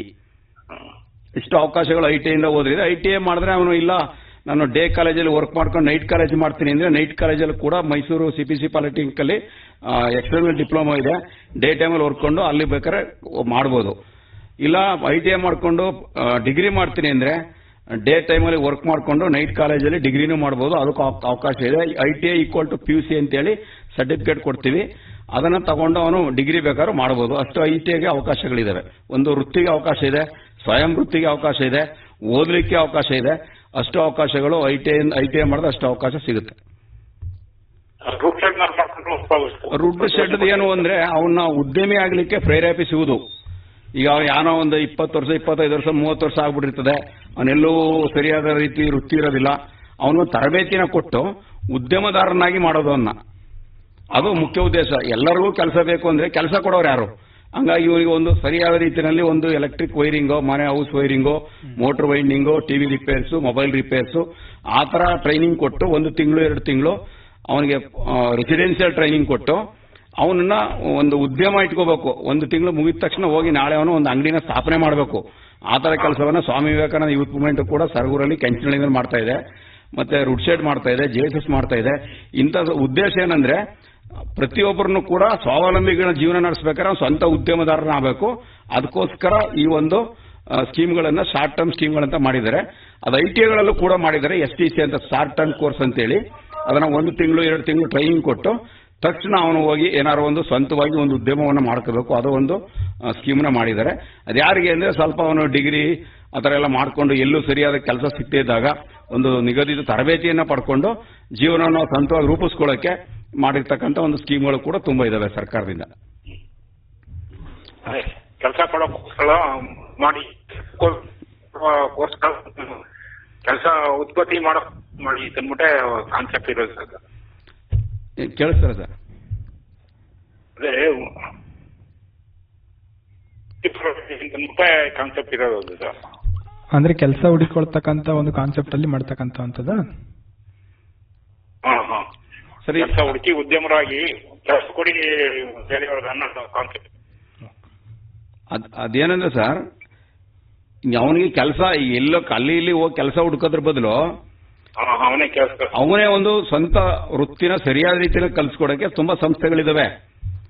ಈಗ ನಿಮ್ಮ ಧರ್ಮಸ್ಥಳ ಮೈಸೂರು ಹೇಳಿದ್ರೆ ರುಡ್ ಶೆಡ್, ಅಲ್ಲಿದೆ ಫೋಟೋಗ್ರಫಿ, ವಿಡಿಯೋಗ್ರಫಿ. ಅಲ್ಲಿ ಯಾವುದಕ್ಕೆ ನಮಗೆ ಜಾಸ್ತಿ ಇದಿದೆ ಮಾರ್ಕೆಟಿಂಗ್ ಇದೆ, ಯಾವುದಕ್ಕೆ ಜಾಸ್ತಿ ಒತ್ತು ಕೊಡ್ತಾರೆ ಸಮಾಜ ಇದರಲ್ಲಿ ಸಾರ್ವಜನಿಕವಾಗಿ ಅಂತದ್ದು ಮೊಬೈಲ್ ರಿಪೇರಿ ಇದೆ, ಎಲೆಕ್ಟ್ರಿಕ್ ವೈರಿಂಗ್ ಇದೆ. ಆ ಥರ ಕೋರ್ಸ್ಗಳನ್ನ ಕಲ್ತ್ರೆ ಇವನು ಸ್ವಂತ ಉದ್ದಿಮೆದಾರನ ಆಗ್ಬಹುದು. ಓಕೆ, ಧನ್ಯವಾದಗಳು ನಾಗರಾಜ್ ಕರೆ ಮಾಡಿದ್ದಕ್ಕೆ. ಸರ್, ಈಗ ತಾವು ಮಾತನಾಡ್ತಾ ಇದ್ರಿ, ಈಗ ITI ಅಂತ ಬಂದಾಗ ಹಲವಾರು ರೀತಿಯ ವಿವಿಧ ರೀತಿಯ ಒಂದು ತರಬೇತಿಗಳಿದೆ ಅನ್ನೋದ್ರ ಬಗ್ಗೆ ಹೇಳಿದ್ರಿ. ಈಗ ಅದರಲ್ಲಿ ಪ್ರಮುಖವಾಗಿ ತಮ್ಮ ಒಂದು ಉದ್ಯೋಗವನ್ನು ಪಡೆದುಕೊಳ್ಳೋ ನಿಟ್ಟಿನಲ್ಲಿ ಅಥವಾ ತಮ್ಮ ಒಂದು ಜೀವನವನ್ನ ರೂಪಿಸ್ತಕ್ಕಂಥ ನಿಟ್ಟಿನಲ್ಲಿ ಪ್ರಮುಖವಾಗಿ ಯಾವುದನ್ನ ಮಾಡಿದ್ರೆ ಅನುಕೂಲ ಆಗುತ್ತೆ ಸರ್? ಇಲ್ಲಿ ಪ್ರಮುಖವಾಗಿ ಅಂತ ಹೇಳಕ್ಕಿಂತ ಅವನಿಗೆ ಆಸಕ್ತಿ ಇರ್ತಕ್ಕಂಥದ್ದು ಅಂತ ಹೇಳ್ಬೇಕು. ಹೌದು. ಈಗ ಯಾರೋ ಒಬ್ಬನ ಕಂಪ್ಯೂಟರ್ ಆಸಕ್ತಿ ಇರುತ್ತೆ, ಅವನು ಆ ಕಂಪ್ಯೂಟರ್ ಕೋರ್ಸ್ ಸೇರ್ಕೊಂಡ್ರೆ ಅವನು ಸಕ್ಸಸ್ ಆಗ್ತಾನೆ. ಇನ್ಯಾರೊಬ್ಬನ ಎಲೆಕ್ಟ್ರಿಕಲ್ ಆಸಕ್ತಿ ಇರುತ್ತೆ, ಅದನ್ನ ಸೇರ್ಕೊಂಡು ಸಕ್ಸಸ್ ಆಗ್ತಾನೆ. ಇನ್ನೊಬ್ಬ ಎಲೆಕ್ಟ್ರಾನಿಕ್ಸ್ ಮೆಕ್ಯಾನಿಕಲ್ ಆಸಕ್ತಿ ಇರ್ತಾನೆ, ಅದಕ್ಕೆ ಸೇರ್ಕೋಬೇಕು. ಆ ತರ ಅವನ ಆಸಕ್ತಿ, ನಾನು ಆವಾಗಲೇ ಹೇಳಿದೆ, SLC ಆದ ತಕ್ಷಣ ಅವನು ಏನ್ ಮಾಡ್ತಾನೆ ಅಂದ್ರೆ ಕೌನ್ಸೆಲಿಂಗ್ ಮಾಡಿ ಅವನಿಗೆ ಆಸಕ್ತಿ ಇರೋ ವಿಷಯದ ಬಗ್ಗೆ ನಾವು ತರಬೇತಿನೇ ಕೊಟ್ರೆ ಸಂಪೂರ್ಣವಾಗಿ ಸಕ್ಸಸ್ಫುಲ್ ಆಗ್ತಾನೆ, ಸಮಾಜದಲ್ಲಿ ಒಬ್ಬ ಉನ್ನತ ವ್ಯಕ್ತಿ ಆಗ್ತಾನೆ, ಒಂದು ಅವನ ಜೀವನವನ್ನ ರೂಪಿಸ್ಕೋತಾನೆ ಅಂತ ಆಗ್ಲೇ ಹೇಳಿದೆ. ಹಂಗಾಗಿ IT ಅಂದ್ರೆ ಯಾವುದೇ ಕೋರ್ಸ್ಗೆ ಸೇರ್ಲಿ, ಅವನಿಗೆ 2 ವರ್ಷ ಕೋರ್ಸ್ ಅನ್ನ ಮುಗಿಸ್ತೀನಿ, ಒಳ್ಳೆ ಪರ್ಸೆಂಟೇಜ್ ತಕ್ಕೋತೀನಿ, ಚೆನ್ನಾಗಿ ಕಲಿತೀನಿ ಅಂತ ಅವನು ಅನ್ಕೊಂಡ್ರೆ ಯಾವ ಕೋರ್ಸ್ ಸೇರಿದ್ರು ಅವನಿಗೆ ಕೆಲಸ ಇದ್ದೇ ಇರುತ್ತೆ. ಓಕೆ ಸರ್, ಮತ್ತೊಂದು ಕರೆ ಇದೆ. ಹಲೋ ಹಲೋ ಹಲೋ ಹಾ, ನಮಸ್ತೆ. ತಮ್ಮ ಹೆಸರು ಎಲ್ಲಿಂದ ಮಾತನಾಡ್ತಿದ್ದೀರಾ? ಜಯರಾಮ್ ಅವ್ರು ಹೇಳಿ, ತಮ್ಮ ಪ್ರಶ್ನೆ ಏನು ಅಂತ. ಇವತ್ತು ವೃತ್ತಿಪರ ತರಬೇತಿಗಳು ತರಬೇತಿ ಮಾಡ್ಕೊಂಡು ಮತ್ತೆ ಸರ್ಕಾರದಿಂದ ಅಪಾರ ಸೌಲಭ್ಯಗಳಿದೆ ಅಂತ ಹೇಳ್ತಾರೆ. ಆ ಸೌಲಭ್ಯಗಳು ಸರ್ಕಾರದಲ್ಲಿ ಬರುವಷ್ಟು ತಲುಪ್ತಾ ಇಲ್ಲ ಸರ್. ಒಂದು ಅವನಿಗೆ ಇವತ್ತೇನಾಗಿದೆ ಅಂದ್ರೆ ಸ್ಪಷ್ಟತೆ ಯಾರು ಇಲ್ಲ. ಈಗ ಮಕ್ಕಳು ಯಾರೋ ಓದಿರ್ತಾನೆ, ಅವನ ಇಂಥದೇ ಕೆಲಸ ಮಾಡ್ತೀನಿ ಅಂತ ಒಂದು ಸ್ಪಷ್ಟತೆ ಇದ್ರೆ ಅದಕ್ಕೊಂದು ಪ್ರಾಜೆಕ್ಟ್ ರಿಪೋರ್ಟ್ ಅಂತ ಮಾಡಬೇಕು. ಪ್ರಾಜೆಕ್ಟ್ ರಿಪೋರ್ಟ್ ಎಲ್ಲ ಆಗಿರ್ತದೆ. ಓಕೆ, ಸರ್ಕಾರದಿಂದ ಸಿಕ್ಕಲ್ಲ, ಆ ಸರ್ಕಾರದಿಂದ ಸಿಕ್ಕಿರೋದು ಸರ್ಕಾರದಲ್ಲಿ ಇದೆಯೇ ಹೊರತು ಕೆಳಗಡೆ ಸಿಗ್ತಾ ಇಲ್ಲ ಸೌಲಭ್ಯ. ಸರ್, ಅದನ್ನ ನಾವು ಅಪ್ರೋಚ್ ಮಾಡೋ ರೀತಿಲಿ ಹೋಗುತ್ತೆ. ಫಸ್ಟ್ ನಿಮಗೆ ಬ್ಯಾಂಕ್ ಅವ್ರ ಜೊತೆ ನಿಮ್ಮ ಅವನ ವ್ಯವಹಾರ, ಅವನು ಫಸ್ಟ್ ನೋಡೋದು ಸಿಬಿಲ್ ಸ್ಕೋರ್. ಬ್ಯಾಂಕ್ ಅಲ್ಲಿ ಅವನು ಸರಿಯಾದ ರೀತಿಯಲ್ಲಿ ವ್ಯವಹಾರ ನಿರ್ವಹಿಸಿದಾನ ಅಂತೇಳಿ. ಡಿಫಾಲ್ಟರ್ ಆಗಿದ್ರೆ ಏನ್ ಮಾಡ್ತಾರೆ, ಬ್ಯಾಂಕ್ ಅವರು ಸ್ಯಾಲರಿ ಇದು ಕೊಡಲ್ಲ, ಲೋನ್ ಕೊಡಲ್ಲ. ಅಲ್ಲ, ಸ್ಟೂಡೆಂಟ್ ಹೇಳ್ತಲ್ಲ ನಾನು. ಈಗ ಅವನು ಸ್ಟೂಡೆಂಟ್ ಆಗಿ ಯಾವ್ದೋ ಒಂದು ಹೇಳಿ, ಅವನು ಏನ್ ಮಾಡ್ತಾ ಇದ್ದಾನೆ ಹೇಳಿ. ನಿಮ್ಮ ಹುಡುಗ ಏನ್ ಮಾಡ್ತಾ ಇದ್ದಾನೆ, ಯಾವ್ದ್ರ ಬಗ್ಗೆ ಪರಿಣಿತಿ ಇದೆ, ನಿಮ್ಮ ಹುಡುಗ ಏನ್ ಮಾಡ್ತಾ ಇದ್ದಾನೆ, ಯಾವ್ದ್ರ ಬಗ್ಗೆ ಪರಿಣಿತಿ ಇದೆ ಹೇಳಿ. ಅವನಿಗೆ ನಾನು ಅದಕ್ಕೆ ಏನು ಸವಲತ್ತು ಬೇಕೋ ನಾನು ಕೊಡಿಸ್ತೀನಿ. ಅದನ್ನ ಅವನೇನ್ ಮಾಡ್ತಾ ಇದ್ದಾನೆ, ಅವ್ನಿಗೆ ಯಾವ್ದ್ರಲ್ಲಿ ಸ್ಪಷ್ಟತೆ ಇದೆ.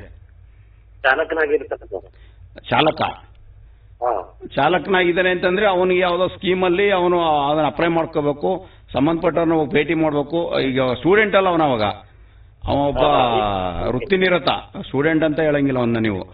ಆಲ್ರೆಡಿ ಅವನು ಕಲ್ತಿದ್ದಾನೆ, ಅವನ ಒಂದು ಪ್ರತಿಭೆ ಚಾಲಕನಾಗಿ ತೋರಿಸ್ತಾ ಇದ್ದಾನೆ, ಆ ಒಂದು ಬ್ಯಾಂಕ್ ವಹಿವಾಟು ನಿರ್ವಹಿಸ್ತಾ ಇದ್ದಾನೆ. ಅವನ ಯಾವ ಬ್ಯಾಂಕ್ ಅಲ್ಲಿ ಒಂದು ಅಕೌಂಟ್ ಇದೆ, ಆ ಬ್ಯಾಂಕ್ ಮ್ಯಾನೇಜರ್ನ ಹೋಗಿ ಅಪ್ರೋಚ್ ಮಾಡಿದ್ದಾನೆ ಅವನು. ನಾ ಈ ತರ ಇಷ್ಟು ವರ್ಷದಿಂದ ನನಗೆ ವೃತ್ತಿ ಅನುಭವ ಇದೆ, ನಾ ಈ ತರ ಅಪ್ಲಿಕೇಶನ್ ಹಾಕಿದ್ದೀನಿ ಅಂತ ಅಪ್ರೋಚ್ ಮಾಡಿದ್ದಾನೆ ಅವನು. ಎಲ್ಲಿ ಅಪ್ರೋಚ್ ಮಾಡಿದ್ದಾನೆ, ಎಲ್ಲಿ ಯಾರಿಗೆ ಅಪ್ರೋಚ್ ಮಾಡಿದ್ದಾನೆ, ಎಲ್ಲಿ ಅಪ್ರೋಚ್ ಮಾಡಿದ್ದಾನೆ?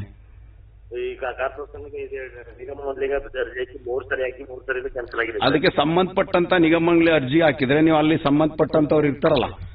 ಈಗ ನಿಗಮ ಮಂಡಳಿ ಅರ್ಜಿ ಹಾಕಿದ್ದೀನಿ ಅಂತೇಳಿ ಆ ನಿಗಮ ಮಂಡಳಿ ಅಧ್ಯಕ್ಷರು, ಸದಸ್ಯರು, ಕಾರ್ಯದರ್ಶಿಗಳು ಅಂತ ಇರ್ತಾರಲ್ಲ, ಅವ್ರನ್ನ ಹೋಗಿ ಭೇಟಿ ಮಾಡಿ ಮಾತಾಡಿದ್ದೀರಾ?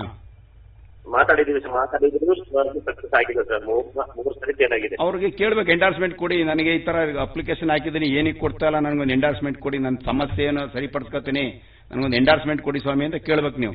ಎಂಡಾರ್ಸ್ಮೆಂಟ್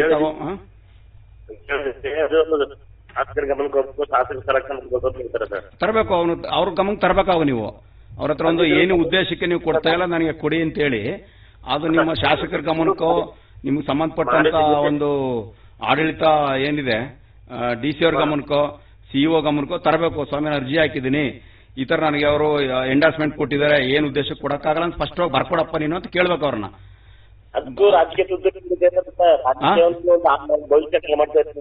ಏನ್ ಸರ್ ರಾಜಕೀಯ ಅನ್ನೋದನ್ನ ಬಳಸ್ಕೊಂಡ್ರು ಅದನ್ನ ರಿಜೆಕ್ಟ್ ಮಾಡ್ತಾರೆ. ಅಲ್ಲ, ರಾಜಕೀಯವಾಗಿ ನಾನು ಕೊಡಕ್ ಬರಲ್ಲ ಅಂತ ಬರ್ಕೊಡಕ್ಕಾಗಲ್ಲ ಅವನು. ನಿಮ್ಮ ಏನು ಉದ್ದೇಶಕ್ಕೆ ನಿಮಗೆ ಲೋನ್ ಕೊಡಕ್ಕಾಗಲ್ಲ ಅಂತ ಬರ್ಕೊಡಪ್ಪ ಅಂತ ಕೇಳ್ಬೇಕು ನೀವು. ಅಲ್ಲ, ಈಗ ಏನ್ ಕೇಳ್ತಾ ಇದೀವಿ ನೀವು ಸ್ಪಷ್ಟವಾಗಿ ಕೇಳ್ಬೇಕು. ಅವ್ರಿಗೆ ಯಾವ ಅಧಿಕಾರಿ ಹತ್ರ ನೀವು ಅರ್ಜಿ ಕೊಟ್ಟಿದ್ದೀರಾ ಅದಕ್ಕೊಂದು OC ತಗೋಬೇಕು ಫಸ್ಟ್. ಯಾವ್ದೇ ಅರ್ಜಿ ಕೊಟ್ರೆ ಒಂದು ಅರ್ಜಿ ಮೇಲೆ ನಾನು ಅರ್ಜಿ ಕೊಟ್ಟಿರೋದಕ್ಕೆ ಡೇಟ್ ಹಾಕೊಟ್ಟು ಸೀಲ್ ಹಾಕ್ಬಿಟ್ಟು ನನಗೆ OC ಕಾಪಿ ಕೊಡಪ್ಪ ಅಂತ ಕೇಳ್ಬೇಕು. ತಗೊಂಡಿರ್ತೀರಿ, ಸ್ವಲ್ಪ ದಿನ ಆದ್ಮೇಲೆ ಹೋಗಿ ಮತ್ತೆ ಭೇಟಿ ಮಾಡಿ ನಾನು ಅರ್ಜಿ ಹಾಕಿದ್ದೆ ಯಾತಕ್ಕೆ ಕೊಟ್ಟಿಲ್ಲ ನನಗೆ ಅಂತಂದಾಗ ಅವನು ಫಂಡ್ ಇಲ್ಲ ಅಂತ ಹೇಳ್ತಾರೋ ಅಥವಾ ಏನು ಉದ್ದೇಶಕ್ಕೆ ಕೊಡಕ್ಕಾಗಲ್ಲ ಅಂತ ಹೇಳ್ತಾರೋ ಅದನ್ನ ಸ್ಪಷ್ಟವಾಗಿ ಬರ್ಕೊಡಿ ಸ್ವಾಮಿ ಅದ್ರ ಮೇಲೆ ನನ್ನ ಅರ್ಜಿ ಮೇಲೆ ಅಂತ ಕೇಳ್ಬೇಕು ನೀವು. ನಿಮ್ಮ ಹತ್ರ OC ಕಾಪಿ ಇದೆಯಲ್ಲ ಅದ್ರ ಮೇಲೆ ಕೇಳಿದಾಗ ಅವ್ರು ಬರ್ಕೊಡ್ಲೇಬೇಕೇನಾರು ಒಂದು.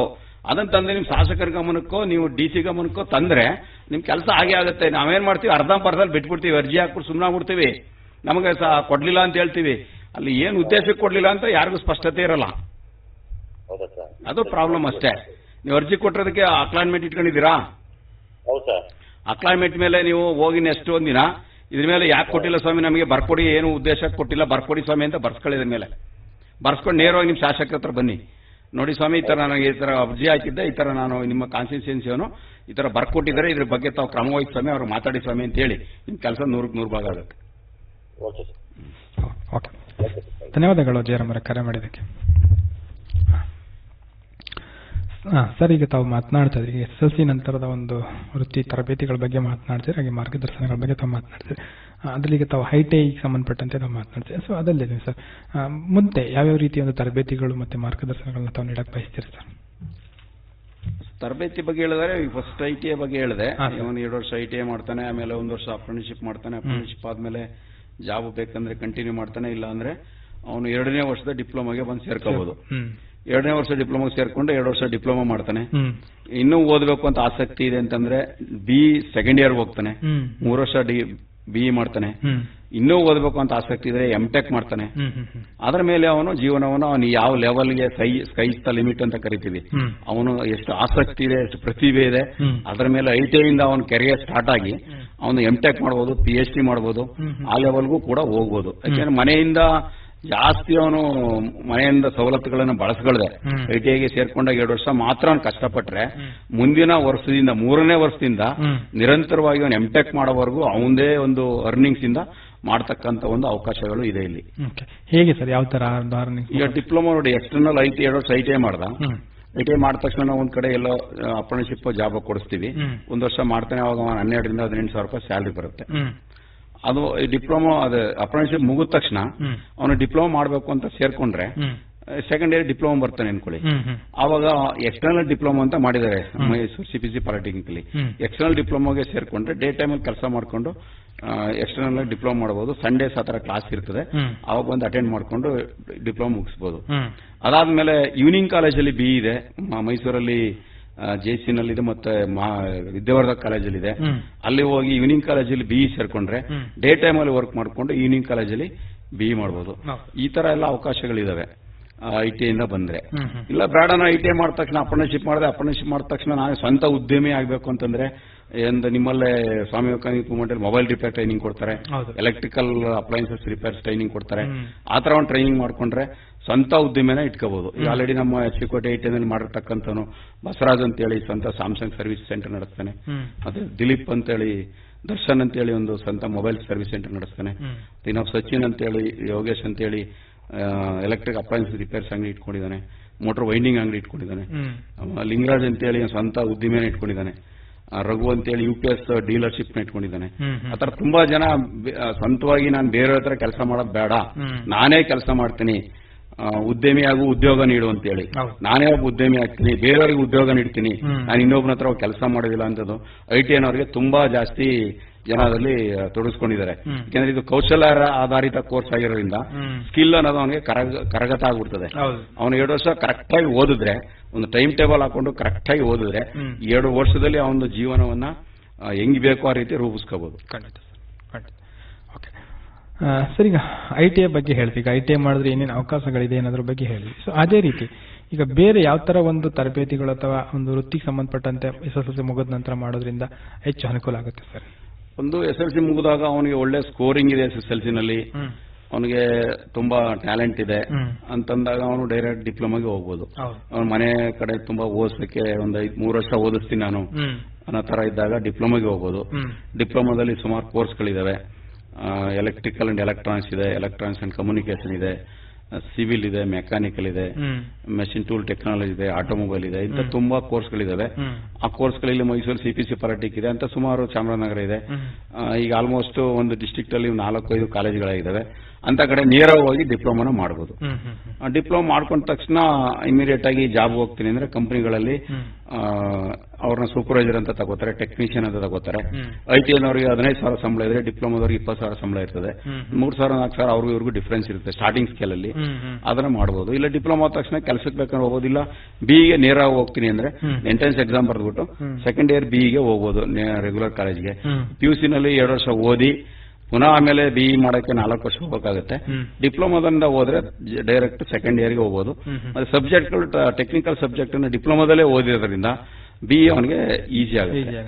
ಅದು ಒಂದು ವೃತ್ತಿ ಆಧಾರಿತ ಕೋರ್ಸು, ಮತ್ತೆ ಒಂದು ಜಾಸ್ತಿ ನಾಲೆಡ್ಜ್ ಗೇನ್ ಮಾಡ್ಕೊಳ್ಳೋಕ್ಕೂ ಕೂಡ ಅನುಕೂಲ ಆಗುತ್ತೆ. ಡಿಪ್ಲೊಮಾ ಹೋದ್ರೆ ಅದು ಒಂದು ಅವಕಾಶಗಳಾಗುತ್ತೆ. Okay sir, okay sir. ಈಗ ಅದಲ್ಲದೆ ಈಗ ತಾವು ಹೇಳಿದ್ರೆ ಡಿಪ್ಲೊಮಾ ಮತ್ತು ITI ಬಗ್ಗೆ ಹೇಳಿದ್ರಿ.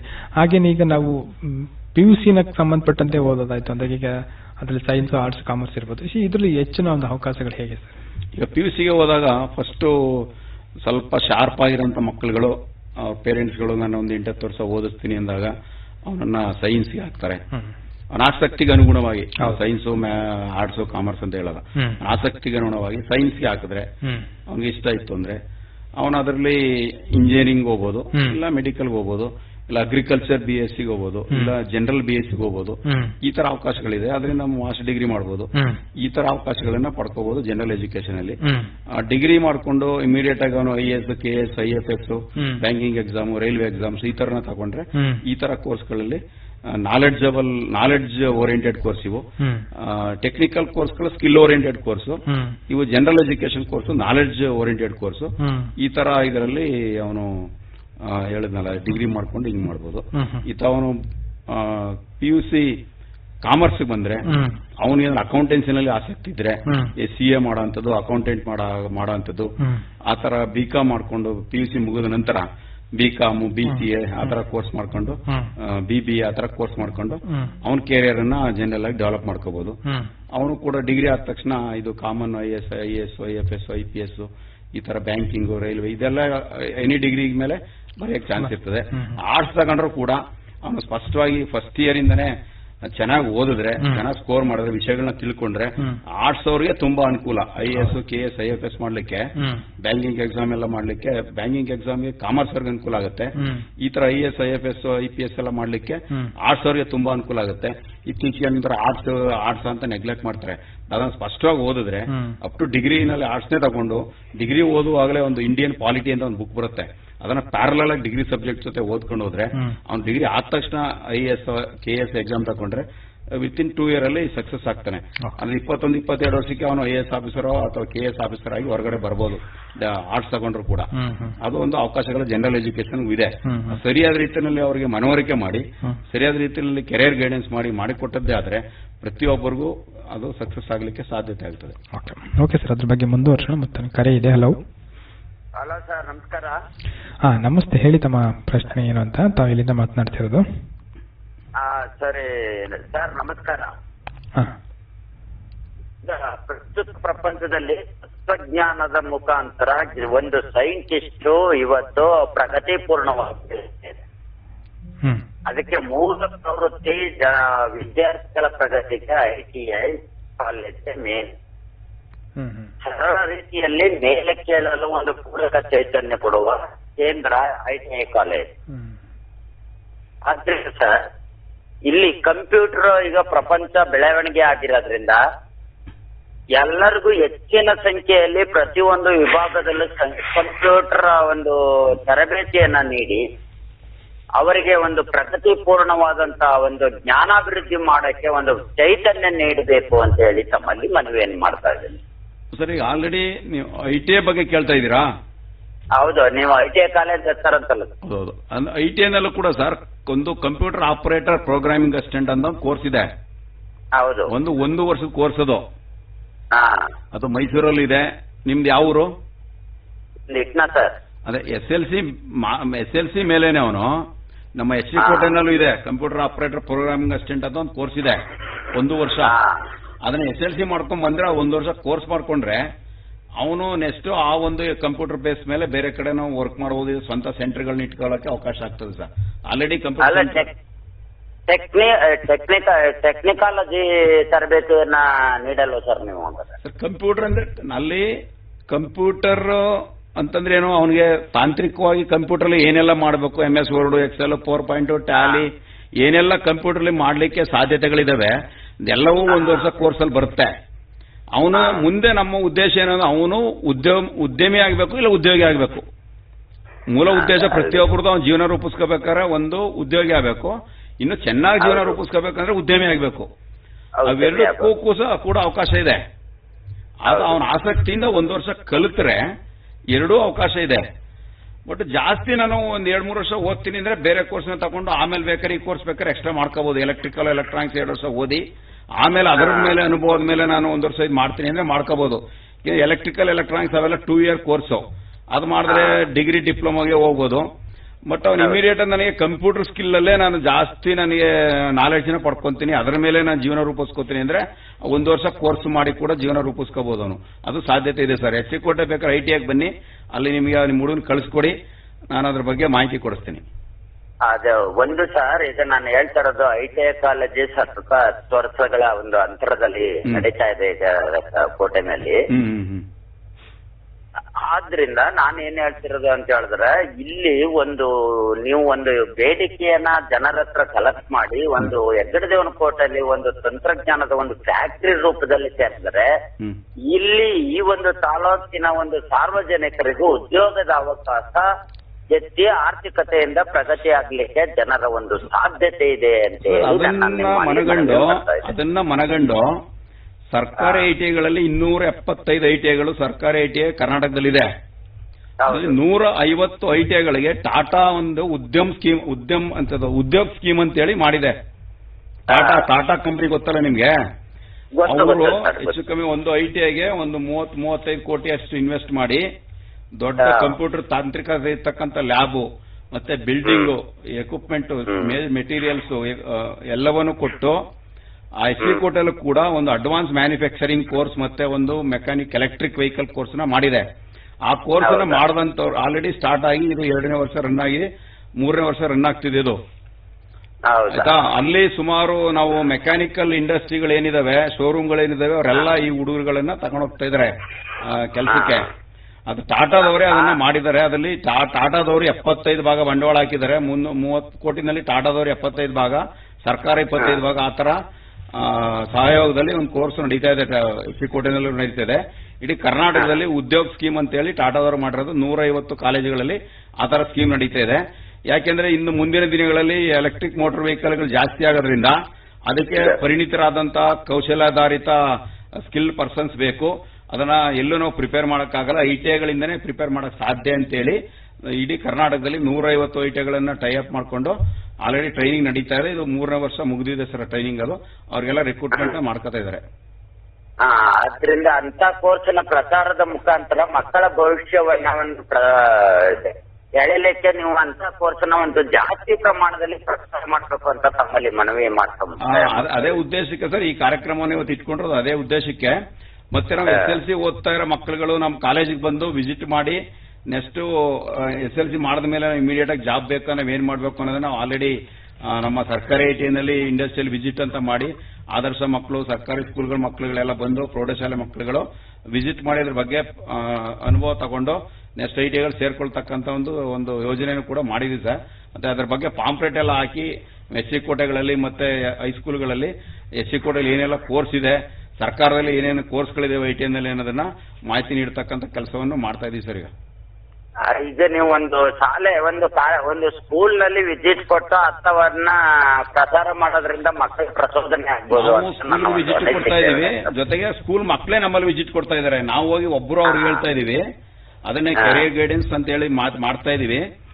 ನಾನು ಮತ್ತೆ ಲೋಕೇಶ್, ಶಿವಕುಮಾರ್, ನಾಗರಾಜು, ಹಿಂಗೆ ನಾವೊಂದು 7 ಜನ ಈ ಕಾರ್ಯಕ್ರಮ ಮಾಡ್ತಾ ಇದೀವಿ. ಡೈಲಿ ಒಂದೊಂದ್ ಕಡೆ ಹೋಗಿ ಪ್ರಿನ್ಸಿಪಾಲ್ ಕೂಡ ಅಲ್ಲಿ ತುಂಬಾ ಮತ್ತೆ ನಮ್ಮ JD ಆಫೀಸಿಂದ ಕೂಡ ಇದ್ದ ಕೆಲಸಗಳನ್ನ ಮಾಡಿ ಅಂತೇಳಿ ಅದಕ್ಕೆ ನಮಗೆ ಉತ್ತೇಜನ ಕೊಡ್ತಾರೆ, ಮಾಡ್ತಾ ಇದೀವಿ. ಜೊತೆಗೆ ನಾವು ಹೋದಾಗ ಮಕ್ಕಳುಗಳನ್ನ ಇಲ್ಲಿಯೇ ಬರಕ್ಕೆ ಹೇಳ್ತೀವಿ, ನೀವು ಒಂದ್ಸಲ ಒಂದು ವಿಸಿಟ್ ಮಾಡಿ ಕಾಲೇಜಿಗೆ, ಅಲ್ಲಿ ಏನೇನಿದೆ ನೋಡಿ, ನಿಮ್ಮ ಆಸಕ್ತಿಗೆ ಅನುಗುಣವಾಗಿ ಕೋರ್ಸ್ಗಳನ್ನ ಆಯ್ಕೆ ಮಾಡ್ಕೋಬಹುದು ಅಂತೇಳಿ ಪ್ರಾಯೋಗಿಕವಾಗಿ ತೋರಿಸಿ ಅದ್ರ ಬಗ್ಗೆ ಒಂದು ಕ್ಲಾಸ್ ಮಾಡೋಂತ ವ್ಯವಸ್ಥೆನೂ ಕೂಡ ಮಾಡ್ಕೊಂಡಿದೀವಿ ಎಚ್ ಸಿ ಕೋಟೆನಲ್ಲಿ. ಹಾಗಾದ್ರೆ ತುಂಬಾ ಅಭಿನಂದನೆಗಳು ಸರ್. ಮಕ್ಕಳ ಅಭಿವೃದ್ಧಿಗೆ ಕಾಲೇಜು ಕರೆದಕ್ಕೆ ಅಭಿನಂದನೆಗಳು. ಅಕ್ಕಪಕ್ಕ ಹೈಸ್ಕೂಲ್ಗಳಿದ್ರೆ ಹೇಳಿ, ಎಚ್ ಸಿ ಕೋಟೆ ಐಟಿಐಗೆ ಭೇಟಿ ಕೊಡಿ, ಅಲ್ಲಿ ಹೋಗಿ ಒಂದ್ಸಲ ವಿಸಿಟ್ ಮಾಡಿ ಏನೆಲ್ಲ ಇದೆ ಅಂತೇಳಿ ನೀವು ಮಕ್ಕಳನ್ನ ಕಳಿಸ್ಕೊಡಿ ಸರ್. ನಮ್ಮಲ್ಲಿ ಸುಚಿತ್ರಾ ಮೇಡಮ್ ಅಂತ ಪ್ರಿನ್ಸಿಪಾಲ್ ಇದ್ದಾರೆ, ಅವರು ತುಂಬಾ ಕೋಆಪರೇಟಿವ್. JD ಮಂಜುಳಾ ಮೇಡಮ್ ಅಂತ JD ಇದ್ದಾರೆ, ಅವರು ತುಂಬಾ ಕೋಆಪರೇಟಿವ್. ಈ ತರ ಐಟಿಐಗಳಲ್ಲಿ ಕೋಟ್ಯಾಂತರ ರೂಪಾಯಿ ಸರ್ಕಾರ ಬಂಡವಾಳ ಇದೆ, ಅದನ್ನ ಸರಿಯಾದ ರೀತಿ ಸದುಪಯೋಗ ಪಡಿಸಬೇಕು ಅಂತೇಳಿ ನಮ್ಮ ಕಮಿಷನರ್ ಆದಿಯಾಗಿ, ಡೈರೆಕ್ಟರ್ ಆದಿಯಾಗಿ ಎಲ್ಲರೂ ಶ್ರಮವಾಗಿ ಕೆಲಸ ಮಾಡ್ತಾರೆ ಸರ್. ನಿಮ್ಮ ಅಕ್ಕಪಕ್ಕದಲ್ಲಿ ಹೈಸ್ಕೂಲ್ಗಳಿದ್ರೆ ಮಾಡ್ತೀನಿ ಮಕ್ಕಳಲ್ಲಿ ಅಂತ ಅಭಿನಂದನೆಗಳು. ಕಳ್ಸ್ಕೊಡಿ ಮಕ್ಕಳನ್ನ, ಹೈಸ್ಕೂಲ್ ಮಕ್ಕಳುಗಳಿದ್ರೆ ಹೇಳಿ ಕಳ್ಸ್ಕೊಡಿ, ಅಲ್ಲಿ HMಗಳ ಹತ್ರ. ಖಂಡಿತ ನನಗೆ ಎಲ್ಲಾರು ಗೊತ್ತಿರೋ ಅಂತ ಕಾಲೇಜ್ ಸ್ಕೂಲ್ ಹುಡುಗರಿದ್ದಾವೆ, ಎಲ್ಲಾರ್ಗು ನಾನು ಮಾಹಿತಿ ತಿಳಿಸಿ ಸರ್, ಅನುಕೂಲ ಆಗಲಿ ನಿಮ್ಮಿಂದ. ಅಭಿನಂದನೆಗಳು. ಧನ್ಯವಾದಗಳು ದೊಡ್ಡ ಸಿದ್ನಾಯ್ಕರೇ ಕರೆ ಮಾಡಿದ್ದಕ್ಕೆ. ತುಂಬಾ ಅಭಿನಂದನೆಗಳು. ಸರಿಗೆ ತಾವು ಮಾತನಾಡ್ತಾ ಇದ್ರಿ ಇನ್ನು SSLC ನಂತರದ ಒಂದು ಇದ್ರ ಬಗ್ಗೆ ಮಾತನಾಡ್ತೀವಿ. ಅದೇ ರೀತಿ ಸರ್, ಈಗ SSLC ಮುಗಿದ ನಂತರ ಒಂದು ಸಾಮಾನ್ಯ ಆಯ್ಕೆ ಅಥವಾ ಒಂದು ವೃತ್ತಿ ಆಯ್ಕೆ ಅಂತ ಬಂದಾಗ ಹೇಗೆ ಮಾಡ್ಕೊಳ್ಬೇಕು ಸರ್ ಅವರು? ನೀವು ಜನರಲ್ ಎಜುಕೇಶನ್ ಬಗ್ಗೆ ಕೇಳ್ತಾ ಇದ್ದೀರಾ, ಟೆಕ್ನಿಕಲ್ ಎಜುಕೇಶನ್ ಬಗ್ಗೆ?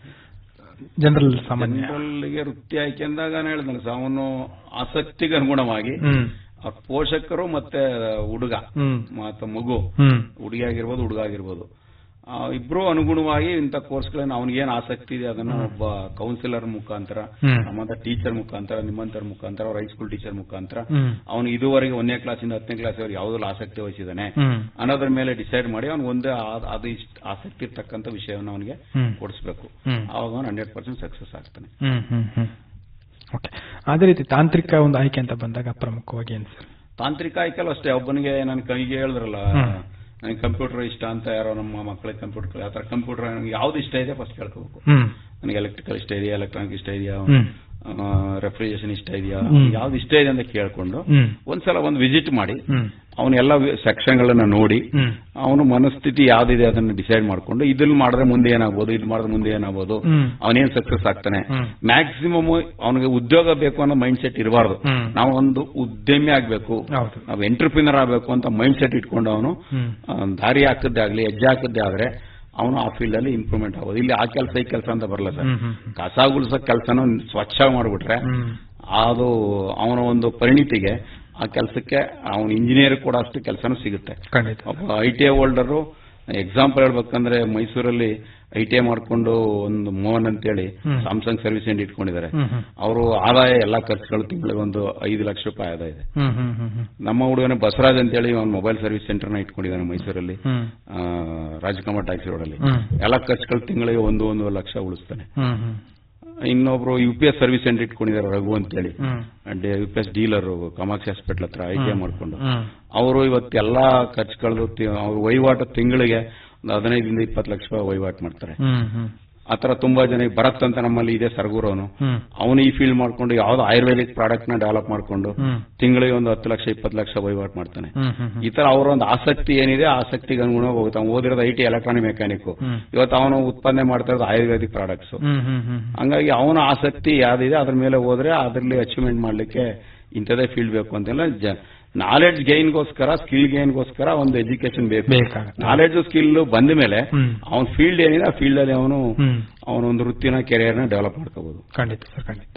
ಓಕೆ ಸರ್, ಈಗ ಅದೇ ರೀತಿ ಒಂದು ವರ್ಷ ಸರ್ ಮತ್ತೊಂದು ಕರೆ ಇದೆ. ಹಲೋ,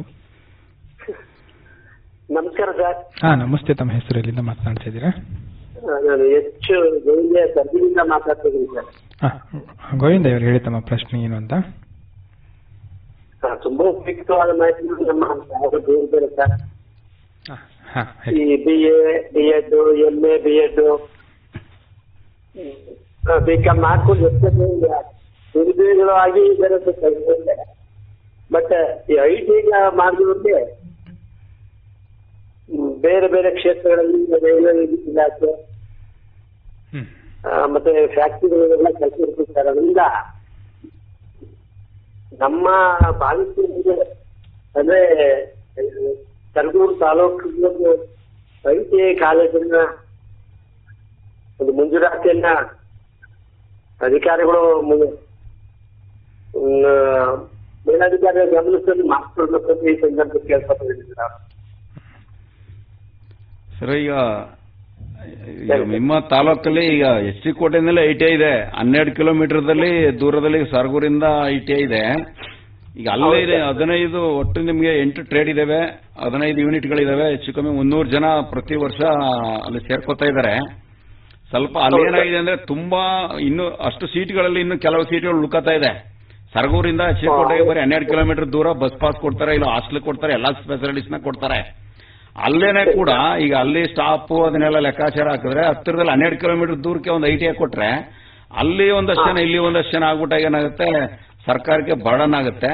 ಸ್ವಲ್ಪ ಅವೇರ್ನೆಸ್ ಆದ್ರೆ ಇನ್ನೊಂದು 2-3 ವರ್ಷದಲ್ಲಿ ಅವೇರ್ನೆಸ್ ಆದ್ರೆ ITI ಮಾಡಿದ್ರೆ ಅನುಕೂಲ ಆಗ್ತದೆ ಅಂತ ತುಂಬಾ ಜನಕ್ಕೆ ಅವೇರ್ನೆಸ್ ಆದ್ರೆ ಆ ITI ನಲ್ಲಿ ಸಾಕಾಗೋದಿಲ್ಲ ಸೀಟ್ಗಳು, ಇನ್ನೂ ಒಂದು ITI ಬೇಕು ಅಂತ ನೀವು MLA ಅವ್ರನ್ನ ಅಪ್ರೋಚ್ ಮಾಡಿದಾಗ ಆ ಕೆಲಸ ಹಾಕಿ ಆಗುತ್ತೆ. ಯಾಕೆಂದ್ರೆ ತುಂಬಾ ITIಗಳನ್ನ ಸರ್ಕಾರ ಮಾಡಿದೆ. ಈ ತಾಲೂಕಲ್ಲಿ ಏನಾಗಿದೆ ಅಂದ್ರೆ ಆ ITIಗಳಲ್ಲಿ ಇನ್ನು ಜನ ಫಿಲ್ ಆಗ್ತಾ ಇಲ್ಲ, ಇನ್ನು ಸ್ವಲ್ಪ ಸೀಟ್ ಉಳ್ಕೋತಾ ಇದೆ. ಅದನ್ನ ಸ್ವಲ್ಪ ಅವೇರ್ನೆಸ್ ಮಾಡಿ ನೆಕ್ಸ್ಟ್ ಮುಂದಿನ ವರ್ಷಗಳಲ್ಲಿ ಒಂದು ITI ನಿಮ್ ತಾಲೂಕು ಆಗುತ್ತೆ. ಕರ್ನಾಟಕದಲ್ಲಿ ಆಲ್ಮೋಸ್ಟ್ ಪ್ರತಿ ಎಲ್ಲಾ ತಾಲೂಕುಗಳಲ್ಲೂ ಒಂದು ITI ಇದ್ದೇ ಇದೆ. ಸುಮಾರು ಜನ ಏನ್ ಮಾಡ್ತಾರೆ, SLC ಆದ ತಕ್ಷಣ ಆರ್ಟ್ಸ್ ಕಳಿಸ್ತಾರೆ ಅಥವಾ PUC ಕಳಿಸ್ತಾರೆ. ಅದಾಗಿ ಏನೋ ಸರಿಯಾಗಿ ಹುಡುಗ ಓದ್ದೇನೋ ಅಥವಾ ಅವನು PUC ಆದ್ಮೇಲೆ ಮತ್ತೆ ವಾಪಸ್ ITI ಕಳಿಸ್ತಾರೆ. 7 ವರ್ಷ ವೇಸ್ಟ್ ಆಗುತ್ತೆ ಅವನಿಗೆ. ಅಂತ ಜನ ತುಂಬಾ ಬರ್ತಾ ಇದ್ದಾರೆ. ITI ಇಂದ SLC ಇಂದ ಡೈರೆಕ್ಟ್ ಆಗಿ ITI ಬರೋದು ತುಂಬಾ ಕಮ್ಮಿ ಆಗ್ಬಿಟ್ಟಿದ್ದಾರೆ. ನನಗೆ ಈಸಿ, ನಾನು ಯಾವನೋ ಫ್ರೆಂಡ್ಸ್ ಸೇರ್ಕೊಂಡ, ನಾನು ಅಲ್ಲಿ PUC ಸೇರ್ಕೊಂಡೆ ಅಂತ ಹೋಗೋದು, ಆಮೇಲೆ ಫೇಲ್ ಆದ್ಮೇಲೆ ITI ಬರೋದು, ಪುನಃ ಆಮೇಲೆ ಅಲ್ಲೂ ಸರಿ ಓದಿ ಇನ್ನೊಂದೇನೋ ಮಾಡ್ಕೊಳ್ಳೋದು, ಈ ತರ ಆಗಿ ಡ್ರಾಪ್ ಔಟ್ ಜಾಸ್ತಿ ಆಗ್ತಾ ಇದಾರೆ. ಅದರಿಂದ SLC ನಿಮ್ಮ ಹತ್ತಿರದಲ್ಲಿ SLC ಸ್ಕೂಲ್ಗಳಿದ್ರೆ, ಹೈಸ್ಕೂಲ್ಗಳಿದ್ರೆ ಒಂದು ಸಲ ಭೇಟಿ ಕೊಟ್ಟು ಮ್ಯಾಕ್ಸಿಮಮ್ ಮಕ್ಕಳು ನೀವು ITI ಸೇರಿಸಿ ಅಂತ ಹೇಳಿ, ಅವರು ಮ್ಯಾಕ್ಸಿಮಮ್ ಆ ಕಾಲೇಜಲ್ಲಿ ಫಿಲ್ ಆದ್ರೆ ನೆಕ್ಸ್ಟ್ ನಿಮ್ಮ ಸರ್ಗೂರಲ್ಲೂ ಕೂಡ ಒಂದು ಮಾಡ್ಕೊಡ್ತಾರೆ. ಇಲ್ಲಿರ್ತಕ್ಕಂಥ ಇವತ್ತು ಗವರ್ಮೆಂಟ್ ಏನಿದೆ ಸ್ಕಿಲ್ ಬೇಸ್ಡ್ ಟ್ರೈನಿಂಗ್ ತುಂಬಾ ಒತ್ತು ಕೊಡ್ತಾ ಇದೆ. ಅದು ತುಂಬಾ ನಿಮ್ಗೆ ಅನುಕೂಲ ಆಗುತ್ತೆ. ಸ್ವಲ್ಪ ಅವೇರ್ನೆಸ್ ಕೊಡಿ ಹೈಸ್ಕೂಲ್ಗಳಿಗೆ ಹೇಳಿ, ಈ ತರ ಕೋಟೆ ಕಾಲೇಜ್ಗೆ ಭೇಟಿ ಮಾಡಿ, ITI ಕಾಲೇಜ್ ಕೃಷ್ಣಾಪುರ ಸರ್ಕಲ್ ಅಲ್ಲಿ ಇದೆ, ಹೋಗಿ ಭೇಟಿ ಮಾಡಿ ಒಂದ್ಸಲ ನೋಡ್ಕೊಂಡ್ ಬನ್ನಿ ಅಂತ ಹೇಳಿ ಒಂಚೂರು ಮಾಹಿತಿ ಕೊಡಿ. ಮುಂದಿನ ದಿನಗಳಲ್ಲಿ ನೀವು ಹೇಳಿದ್ದು ಹಾಗೆ ಆಗುತ್ತೆ, ಇನ್ನೊಂದು 2-3 ವರ್ಷದಲ್ಲಿ ಹಾಗೆ ಆಗುತ್ತೆ. ಆಗುತ್ತೆ ಸರ್. ನಮ್ಮ ತಾಲೂಕಿನ ಈ ಭಾಗದ ಎಲ್ಲ ವಿದ್ಯಾರ್ಥಿ PUC ಆದ ವಿದ್ಯಾರ್ಥಿಗಳು ಅನುಕೂಲಾಗುತ್ತೆ. ITI ಮಾಡಿದ್ರೆ ಸರ್ ಅನ್ಯ ಆಗಿಲ್ಲ ಸರ್. ಬೆಂಗಳೂರಿಗೆ ಹೋಗಿದ್ದಾರೆ, ಬಾಂಬೆ ಇದ್ದಾರೆ, ಮದ್ರಾಸ್ ಇದ್ದಾರೆ. ಹೌದು, ITI ಸರ್ಟಿಫಿಕೇಟ್ ಇದೆಲ್ಲ ಅದು national level certificate, director general of training ಅಂತ ಡೆಲ್ಲಿ ಇದೆ. ಆ ಸರ್ಟಿಫಿಕೇಟ್ ಸರ್ಕಾರ ಇಲ್ಲಿ ನಮ್ಮ ಕರ್ನಾಟಕ ಸರ್ಕಾರದಲ್ಲಿ ಒಂದು ಕೈಗಾರಿಕಾ ತರಬೇತಿ ಮತ್ತು ಉದ್ಯೋಗ ಇಲಾಖೆ ಅಂತಿದೆ. ಅಂದ್ರೆ ತರಬೇತಿ ಕೊಟ್ಟು ಉದ್ಯೋಗ ಕೊಡ್ಲೇಬೇಕು ಅನ್ನೋದು ಕಾನ್ಸೆಪ್ಟ್. ಉದ್ಯೋಗ ಬೇಕು ಅಂದ್ರೆ ತರಬೇತಿ ಬೇಕು, ತರಬೇತಿ ಇಲ್ಲದೇನೆ ಉದ್ಯೋಗ ಎಲ್ಲೂ ಕೊಡಲ್ಲ. ಒಂದು ತರಬೇತಿ ಬೇಕೇ ಬೇಕು ಅಲ್ವಾ? ಆ ಕಾನ್ಸೆಪ್ಟ್ ಅಲ್ಲಿ ಕೇಂದ್ರ ಸರ್ಕಾರ, ರಾಜ್ಯ ಸರ್ಕಾರ ಎರಡೂ ಕೂಡ ಒಂದು ಸಹಯೋಗದಿಂದ ಒಟ್ಟಿಗೆ ಕೆಲಸ ಮಾಡ್ತಾ ಇದೆ. ಬಟ್ ಯಾರಿಗೂ ಕೂಡ ಅವನಿಗೆ ಒಂದು ಜೀವನ ರೂಪಿಸ್ಕೋಬೇಕಂದ್ರೆ ಒಂದು ಉದ್ಯೋಗ ಬೇಕು, ಅಥವಾ ಅವನೇ ಉದ್ಯೋಗ ಕೊಡಂಗಿರ್ಬೇಕು. ಉದ್ಯೋಗಿ ಆಗು, ಉದ್ಯಮಿ ಆಗು, ಉದ್ಯೋಗ ನೀಡು ಅಂತೇಳಿ ಅವನೇ ಒಬ್ಬ ಉದ್ಯೋಗಿ ಆಗ್ಬಿಟ್ರೆ ಒಂದು ಉದ್ಯಮ ಕೊಡಕ್ಕೆ ಈಸಿ. ಎಲ್ಲರೂ ನಾನು ಅಲ್ಲೇ ಹೋಗಿ ದುಡಿತೀನಿ, ಇಲ್ಲೋ ದುಡಿತೀನಿ, ನನಗೊಂದು ಕೆಲಸ ಬೇಕು ಅಂದ್ರೆ ಕೆಲಸ ಕೊಡೋರು ಯಾರು? ಹಂಗಾಗಿ ನೀವು ಒಬ್ಬ ಒಳ್ಳೆ ಪರಿಣಿತವಾದಂತ ಒಬ್ಬ ಎಲೆಕ್ಟ್ರಿಷಿಯನ್ ಆಗಿದ್ರೆ ಅವನ್ನ ನೀವು ಕರೀತೀರಿ. ನೋಡಪ್ಪ, ನಮ್ಮ ಊರ್ ಪಕ್ಕದಲ್ಲಿ ಒಳ್ಳೆ ಹುಡುಗ ಎಲೆಕ್ಟ್ರಿಕಲ್ ಕೆಲಸ ಮಾಡ್ತಾನೆ, ಅವನ್ನೇ ಕರೆಯಪ್ಪ ಅಂತೀರಿ. ಮೊಬೈಲ್ ರಿಪೇರಿ ಮಾಡ್ತಾನೆ, ಪರಿಣಿತಿಯಾಗಿ ಚೆನ್ನಾಗಿ ಮಾಡ್ತಾನೆ, ಕಮ್ಮಿ ರೇಟಾಗಿ ಮಾಡ್ತಾನೆ ಅಂತಂದ್ರೆ ಅವನ್ನೇ ಕರಿತೀರಿ.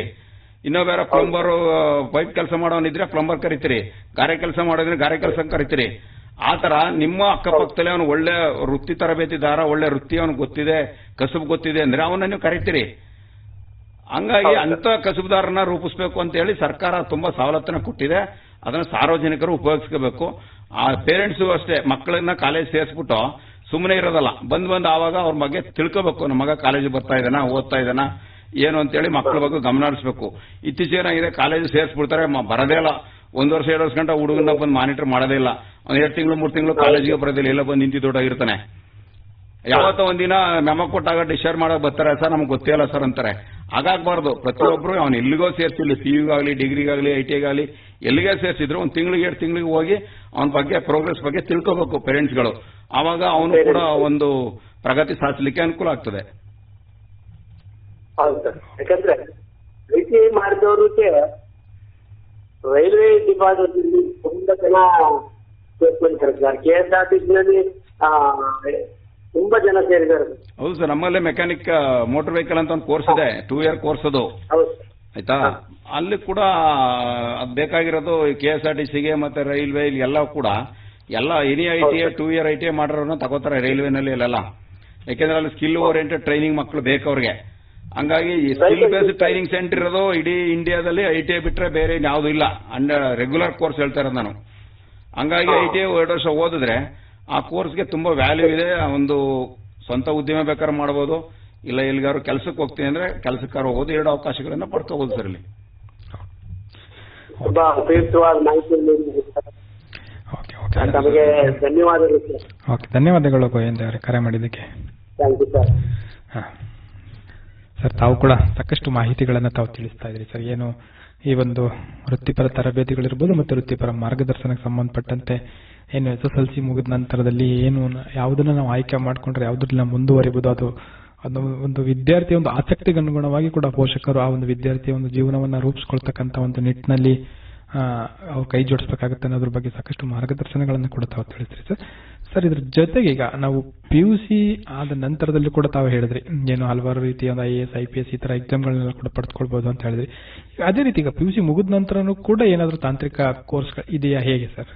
PUC ಮುಗಿದ ನಂತರ ಈಗ ಅವನು ಡಿಪ್ಲೊಮಾಗೆ ಹೋಗ್ತೇವೆ ಅಂದ್ರೆ ಡೈರೆಕ್ಟ್ ಸೆಕೆಂಡ್ ಇಯರ್ ಡಿಪ್ಲೊಮಾ ಕೊಡ್ತಾರೆ. ಸರ್, ITL ಹಿಂಗೆ ಸೆಕೆಂಡ್ ಇಯರ್ ಕೊಡ್ತಾರೆ, PUC ನಂತರನೂ ಸೆಕೆಂಡ್ ಇಯರ್ ಡಿಪ್ಲೊಮಾ ಕೊಡ್ತಾರೆ. ತಾಂತ್ರಿಕ ಕೋರ್ಸ್ ಅದು. ಹೆಣ್ಮಕ್ಳಿಗೆ ತುಂಬಾ ಕೋರ್ಸ್ ಇದೆ. ಅದು ನರ್ಸಿಂಗು, ಮತ್ತೆ diploma nursing, BSc nursing, speech engineering, ಈ ತರ ತುಂಬಾ ಕೋರ್ಸ್ಗಳು ವೈದ್ಯಕೀಯವಾಗಿ ಅವಶ್ಯಕತೆ ಇರತಕ್ಕಂತ ಕೋರ್ಸ್ಗಳು ಹೆಣ್ಮಕ್ಳು ಗಂಡು ಮಕ್ಕಳು ಎಲ್ಲರಿಗೂ ಇದೆ. ಅದು ಅನುಕೂಲ ಆಗುತ್ತೆ. ಜನರಲ್ ಎಜುಕೇಶನ್ಗೆ ಹೋಗ್ತಾನೆ PUC ಆದ್ಮೇಲೆ ಅಂದ್ರೆ BA BSc BCom, engineering, medical, agriculture science, horticulture science, ಆ ತರ ತುಂಬಾ ಕೋರ್ಸ್ಗಳು ಆಫ್ಟರ್ PUC ಇದಾವೆ. ಅದನ್ನ ಉಪಯೋಗಿಸ್ಕೋಬಹುದು. ಮತ್ತೆ ಆ ಟೈಮಲ್ಲಿ ಅವರು ಏನ್ ಮಾಡ್ತಾರೆ, ಡಿಗ್ರಿ ಸೇರ್ಕೊಂಡ ತಕ್ಷಣ ನಾ ಡಿಗ್ರಿ ಮಾಡ್ಕೊಂತೀನಿ ಆಮೇಲೆ ಏನೋ ಮಾಡ್ತೀನಿ ಅಂತಾರೆ. ಬಟ್ ಡಿಗ್ರಿ ಮಾಡೋವಾಗಲೇ ಒಂದು ಪ್ರೊಫೆಷನಲ್ ಕೋರ್ಸ್ಗೆ ಕಾನ್ಸಂಟ್ರೇಟ್ ಮಾಡಬೇಕು. ಅವಾಗ ಹೇಳಿದೆ, ಡಿಗ್ರಿ ಮುಗಿದ ತಕ್ಷಣ PUC ಮುಗಿದ ತಕ್ಷಣ ಡಿಗ್ರಿಗೆ ಹೋದ್ರೆ ಅವನು ಒಂದು KS subjects, IAS subjects, IPS subject ಅದ್ರ ಬಗ್ಗೆ ಕಾನ್ಸಂಟ್ರೇಟ್ ಮಾಡ್ಕೊಂಡು ಹೋಗ್ಬೇಕು. ಬ್ಯಾಂಕಿಂಗ್ ಸಬ್ಜೆಕ್ಟ್ಸ್ ಇದನ್ನ ಬಗ್ಗೆ ಕಾನ್ಸಂಟ್ರೇಟ್ ಮಾಡ್ಕೊಂಡು ಹೋದ್ರೆ ಡಿಗ್ರಿ ಮುಗಿದ ತಕ್ಷಣ ಅವನು ಎಲ್ಲಾರು ಸ್ಪೆಷಲ್ ಟ್ರೈನಿಂಗ್ 1 ವರ್ಷ 2 ವರ್ಷ ಟ್ರೈನಿಂಗ್ ತಗೊಂಡ್ರೆ ಅವನಿಗೆ ಇಮಿಡಿಯೇಟ್ ಆಗಿ ಎಲ್ಲಾರು ಒಂದು ಒಳ್ಳೆ ಕಡೆ ಆಫೀಸರ್ ಆಗಿ ಸರ್ವೈವ್ ಆಗಿ ಹೊರಗಡೆ ಬರ್ಬೋದು. ಅದು ನಮ್ಮ ಜನಗಳು ಅದನ್ನ ಮಾಡೋದಿಲ್ಲ. ಡಿಗ್ರಿಗೆ ಹೋಗ್ತಾರೆ, ಡಿಗ್ರಿ ಮುಗಿದ ಮೇಲೆ ಏನ್ ಮಾಡ್ತಾರೆ, ಮಾಸ್ಟರ್ ಡಿಗ್ರಿಗೆ ಹೋಗ್ತಾರೆ, ಆಮೇಲೆ B.Ed ಮಾಡ್ತಾರೆ. ಹಿಂಗೆ ಸುಮ್ಮನೆ ಟೈಮ್ ವೇಸ್ಟ್ ಮಾಡ್ಕೊಂಡು ಲಾಸ್ಟ್ ಎಲ್ಲೋ ಒಂದ್ ಕಡೆ ಟೀಚರ್ ಆಗಿ ಅಥವಾ ಬೇರೆ ಕೆಲಸ ಸೇರ್ಕೊಂಡು ಆಮೇಲೆ IAS KS IFS ಅಂತ ಬರೆಯಕ್ ಹೋಗ್ತಾರೆ. ಆಗ ಅವ್ರದ್ದು ಟೈಮ್ ಸಾಕಾಗಲ್ಲ. ಆ ಕಡೆ ಕೆಲಸ ಮಾಡ್ಕೊಂಡು ಈ ಕಡೆ ಓದ್ತೀನಿ ಅಂದ್ರೆ ಆಗಲ್ಲ. ಅದ್ರ ಬದಲು ಡಿಗ್ರಿ ಓದುವಾಗಲೇ ಪ್ಯಾರಲಲ್ ಆಗಿ ಒಂದು ಪ್ರೊಫೆಷನಲ್ ಕೋರ್ಸ್ ನ ಕಾನ್ಸಂಟ್ರೇಟ್ ಮಾಡಿದ್ರೆ ಅವ್ರು 3 ವರ್ಷ ಆಗ್ತಿದ್ದಂಗೆ ವಿತಿನ್ 5 year ಅಲ್ಲಿ ಒಂದು ಆಫೀಸರ್ ಆಗಿ ಹೊರಗಡೆ ಬರ್ಬೋದು. ಖಂಡಿತ ಸರ್. ಸಾಕಷ್ಟು ಮಾರ್ಗದರ್ಶನಗಳನ್ನ ನಾವು ನೀಡಿದ್ರಿ ಸರ್. ಯಾಕಂದ್ರೆ ಇದು ವೃತ್ತಿ ಮಾರ್ಗದರ್ಶನ ಅಂತ ಬಂದಾಗ ಹಲವಾರು ರೀತಿಯ ಗೊಂದಲಗಳು ಇರುತ್ತೆ. ಯಾಕಂದ್ರೆ ಕೆಲವರುಗಳಿಗೆ ತಾವು ಹೇಳಿದಂಗೆ ಕೌನ್ಸಿಲಿಂಗ್ ಅಂತಕ್ಕಂಥದ್ದು ಬಹಳ ಮುಖ್ಯ. ಸೊ ನಮ್ಮ ಮಗುವಿನ ಒಂದು ಆಸಕ್ತಿಗೆ ಅನುಗುಣವಾಗಿ ನಾವು ಆ ಒಂದು ಮಗುವಿನ ಒಂದು ಬೆಳವಣಿಗೆಯಲ್ಲಿ ಕೈ ಜೋಡಿಸೋದ್ರಿಂದ ಆ ಮಗು ನಾನು ಏನ್ ಆಗ್ಬೇಕು, ಏನ್ ಓದ್ಬೇಕು ಅಂತ ಅನ್ಕೊಂಡಿರುತ್ತೆ ಅದನ್ನ ಸಾಧಿಸೋದಕ್ಕೆ ಸಾಧ್ಯ ಆಗುತ್ತೆ. ಸೊ ಅದನ್ನ ಬಿಟ್ಟು ಪೋಷಕರು ಅವ್ರಿಗೆ ಇಷ್ಟ ಬಂದ ರೀತಿಯಲ್ಲಿ ಅಥವಾ ಅವ್ರಿಗೆ ಅನುಕೂಲ ಆಗ್ತಕ್ಕಂಥ ನಿಟ್ಟಿನಲ್ಲಿ ಅದನ್ನು ಫೋರ್ಸ್ಫುಲ್ಲಿ ಮಾಡೋದ್ರಿಂದ ಕೂಡ ಅದರಲ್ಲಿ ಹಿಂಬೀಳ್ಬೋದು ಅನ್ನಕ್ಕಂಥದ್ದು ಕೂಡ ತಾವು ತಿಳಿಸ್ಕೊಟ್ಟಿದ್ರಿ ಸರ್. ಸಾಕಷ್ಟು ಮಾಹಿತಿಗಳನ್ನ ಈ ಒಂದು ವೃತ್ತಿ ಮಾರ್ಗದರ್ಶನ ಕುರಿತು ಮಾಹಿತಿಗಳನ್ನ ತಿಳಿಸಿದ್ರಿ ಸರ್. ಕೊನೆಯದಾಗಿ ನಮ್ಮ ಕೇಳುಗರಿಗೆ ಮತ್ತು ನಮ್ಮ ಸಮುದಾಯದ ಜನತೆಗೆ ಈ ಒಂದು ವೃತ್ತಿ ಮಾರ್ಗದರ್ಶನ ಕುರಿತು ತಮ್ಮ ಸಲಹೆ ಅಥವಾ ಸಂದೇಶ ಏನು ಸರ್? ಅಂದ್ರೆ ಸಲಹೆ ಅಷ್ಟೇ, ಅವನಿಗೆ ಒಂದು SSLC ಓದುವಾಗಲೇ ಒಂದು ಕೌನ್ಸಿಲಿಂಗ್ ಆಗಬೇಕು, ಮಗುವಿಗೆ ಒಂದು ಸಮಾಲೋಚನೆ ಆಗಬೇಕು. ಅವನು ಯಾವ ವಿಷಯ ಆಸಕ್ತಿ ಇದೆ ಅನ್ನೋದನ್ನು ಮನಗಂಡು ಆ ವಿಷಯಕ್ಕೆ ಅನುಗುಣವಾಗಿ ಅವನಿಗೆ ಒಂದು ಎಜುಕೇಶನ್ ಅನ್ನ ಕೊಡಿಸ್ಬೇಕು. ಅದು ಸ್ಕಿಲ್ ಬೇಸ್ಡ್ ಎಜುಕೇಶನ್ ಆಗ್ಬೋದು, ನಾಲೆಡ್ಜ್ ಬೇಸ್ಡ್ ಎಜುಕೇಶನ್ ಆಗ್ಬೋದು. ಅವನ ಆಸಕ್ತಿಗೆ ಅನುಗುಣವಾಗಿ ಕೊಡಿಸ್ಬೇಕು. ಪೇರೆಂಟ್ಸ್ ಫೋರ್ಸಬಲಿ ನೀ ಇದೇ ಮಾಡು ಅದೇ ಮಾಡು ಅಂತ ಮಾಡಬಾರ್ದು. ಸಪೋಸ್ ಅವನ ಆಸಕ್ತಿ ಅಥವಾ ಅವನ ಆಯ್ಕೆ ಸರಿ ಇಲ್ಲ ಅಂದಾಗ ಒಬ್ಬರು ಕೌನ್ಸಿಲರ್ ಹತ್ರ ಸರಿಯಾದ ರೀತಿಯಲ್ಲಿ ಅವನಿಗೆ ಅನುಭವವನ್ನು ಶೇರ್ ಮಾಡಿಸಿ, ಹಿಂಗ್ ಓದಿದ್ರೆ ಈ ತರ ಆಗುತ್ತೆ, ಇದು ಮಾಡಿದ್ರೆ ಮುಂದೆ ಹಿಂಗಾಗ್ತೀಯ ಅಂತೇಳಿ ಅವನಿಗೆ ಒಂದು ಸರಿಯಾದ ರೀತಿ ಮಾರ್ಗದರ್ಶನವನ್ನು ನೀಡಿದ್ರೆ ಎಲ್ಲಾ ಮಕ್ಕಳಿಗೂ ಕೂಡ ಅವ್ರೇನು ಅನ್ಕೊಂತಾರೆ ಅದನ್ನ ಸಾಧನೆ ಮಾಡ್ತಾರೆ. ತುಂಬಾ ಧನ್ಯವಾದಗಳು ಸರ್. ತಾವು ಇದುವರೆಗೂ ನಮ್ಮ ಈ ಒಂದು ಬಾನುಲಿ ಕೇಂದ್ರದ ಕಾರ್ಯಕ್ರಮದಲ್ಲಿ ಭಾಗವಹಿಸಿ ಈ ಒಂದು ವೃತ್ತಿಪರ ಮಾರ್ಗದರ್ಶನ ಕುರಿತು ಸಮುದಾಯಕ್ಕೆ ಮತ್ತು ಸಾರ್ವಜನಿಕರಿಗೆ ಸಾಕಷ್ಟು ಮಾಹಿತಿಗಳನ್ನ ತಾವು ತಿಳಿಸ್ಕೊಟ್ಟಿದ್ರೆ. ಅದರಲ್ಲೂ SSLC ಅಂತಕ್ಕಂಥ ಒಂದು ಮೈಲಿಗಲ್ಲನ್ನು ದಾಟದ ಮೇಲೆ ಯಾವ ರೀತಿಯ ಒಂದು ತಾಂತ್ರಿಕ ತರಬೇತಿಗಳಿರ್ಬೋದು ಅಥವಾ ಸಾಮಾನ್ಯ ತರಗತಿಗಳನ್ನು ಸೇರ್ಕೊಳ್ಳೋದ್ರಿಂದ ಏನೇನು ಅನುಕೂಲಗಳು ಆಗುತ್ತೆ ಅನ್ನೋದ್ರ ಕುರಿತು ಸಾಕಷ್ಟು ವಿವರವಾಗಿ ತಾವು ಮಾಹಿತಿಯನ್ನು ತಾವು ತಿಳಿಸ್ಕೊಟ್ಟಿದ್ದೀರಿ ಸರ್. ಹಾಗಾಗಿ ನಮ್ಮ ಕೇಳುಗರ ಪರವಾಗಿ ತಮಗೆ ತುಂಬು ಹೃದಯದ ಧನ್ಯವಾದಗಳನ್ನು ತಿಳಿಸ್ತಾ ಇದ್ದೀನಿ ಸರ್. ತಮಗೂ ಕೂಡ ನಮ್ಮ ಬಾನುಲಿ ಕೇಂದ್ರ ತುಂಬಾ ಸಹಾಯ ಮಾಡ್ತಾ ಇದೆ. ತುಂಬಾ ಜನಕ್ಕೆ ಮಾಹಿತಿನೇ ಗೊತ್ತಿರಲ್ಲ. ಉದ್ಯೋಗ ಮಾರ್ಗದರ್ಶನ ಆಗಲಿ, ವೃತ್ತಿ ಮಾರ್ಗದರ್ಶನ ಆಗಲಿ, ತುಂಬಾ ಜನಕ್ಕೆ ಅವೇರ್ನೆಸ್ ಇರಲ್ಲ. ಅದ್ರ ಬಗ್ಗೆ ನೀವು ಶ್ರಮ ವಹಿಸಿ ನಿಮ್ಮ ಸಮುದಾಯ ಬಾನುಲಿ ಕೇಂದ್ರ ಜನಧ್ವನಿ 90.8 ಮೆಗಾಹರ್ಟ್ಜ್ ಇವರಿಂದ ತುಂಬಾ ಸಹಾಯ ಆಗ್ತಿದೆ. ಎಲ್ಲರಿಗೂ ಅನುಕೂಲ ಆಗಲಿ ಅಂತೇಳಿ ನನಗೆ ಕಾರ್ಯಕ್ರಮಕ್ಕೆ ಬಂದು ಇಷ್ಟು ಹೇಳಲಿಕ್ಕೆ ಅವಕಾಶ ಮಾಡಿಕೊಡ್ತಾ ತಮ್ಮ ಸಂಸ್ಥೆಗೆ ನಾನು ಧನ್ಯವಾದಗಳನ್ನು ಅರ್ಪಿಸ ಬಯಸ್ತೇನೆ. Thank you sir. ಪ್ರಿಯ ಕೇಳುಗರೆ, ಇದುವರೆಗೂ ನೇರ ಸಂದರ್ಶನ ಫೋನ್ ಇನ್ ಕಾರ್ಯಕ್ರಮದಲ್ಲಿ ವೃತ್ತಿ ಮಾರ್ಗದರ್ಶನ ಮತ್ತು ವೃತ್ತಿ ತರಬೇತಿಗಳ ಕುರಿತು ಇದುವರೆಗೂ ನಮ್ಮ ಜೊತೆ ಕಾರ್ಯಕ್ರಮದಲ್ಲಿ ಮಾತನಾಡಿದವರು HDಕೋಟೆ ಕೋಟೆ ITI ಕಾಲೇಜಿನ ತರಬೇತಿ ಅಧಿಕಾರಿಗಳು, ರಾಜ್ಯ ಪ್ರಶಸ್ತಿ ಪುರಸ್ಕೃತ NSS ಅಧಿಕಾರಿಗಳು ಆದ ಶ್ರೀ ರವಿಶಂಕರ್ ಜೀರವರು. ಇದು ಇವತ್ತಿನ ನೇರ ಸಂದರ್ಶನ ಫೋನ್ ಇನ್ ಕಾರ್ಯಕ್ರಮ. ಮತ್ತೆ ಮತ್ತೊಂದು ನೇರ ಸಂದರ್ಶನ ಫೋನ್ ಇನ್ ಕಾರ್ಯಕ್ರಮದಲ್ಲಿ ಭೇಟಿಯಾಗೋಣ. ಅಲ್ಲಿವರೆಗೂ ಕೇಳ್ತಾ ಜನಧ್ವನಿ. ನಮಸ್ಕಾರ.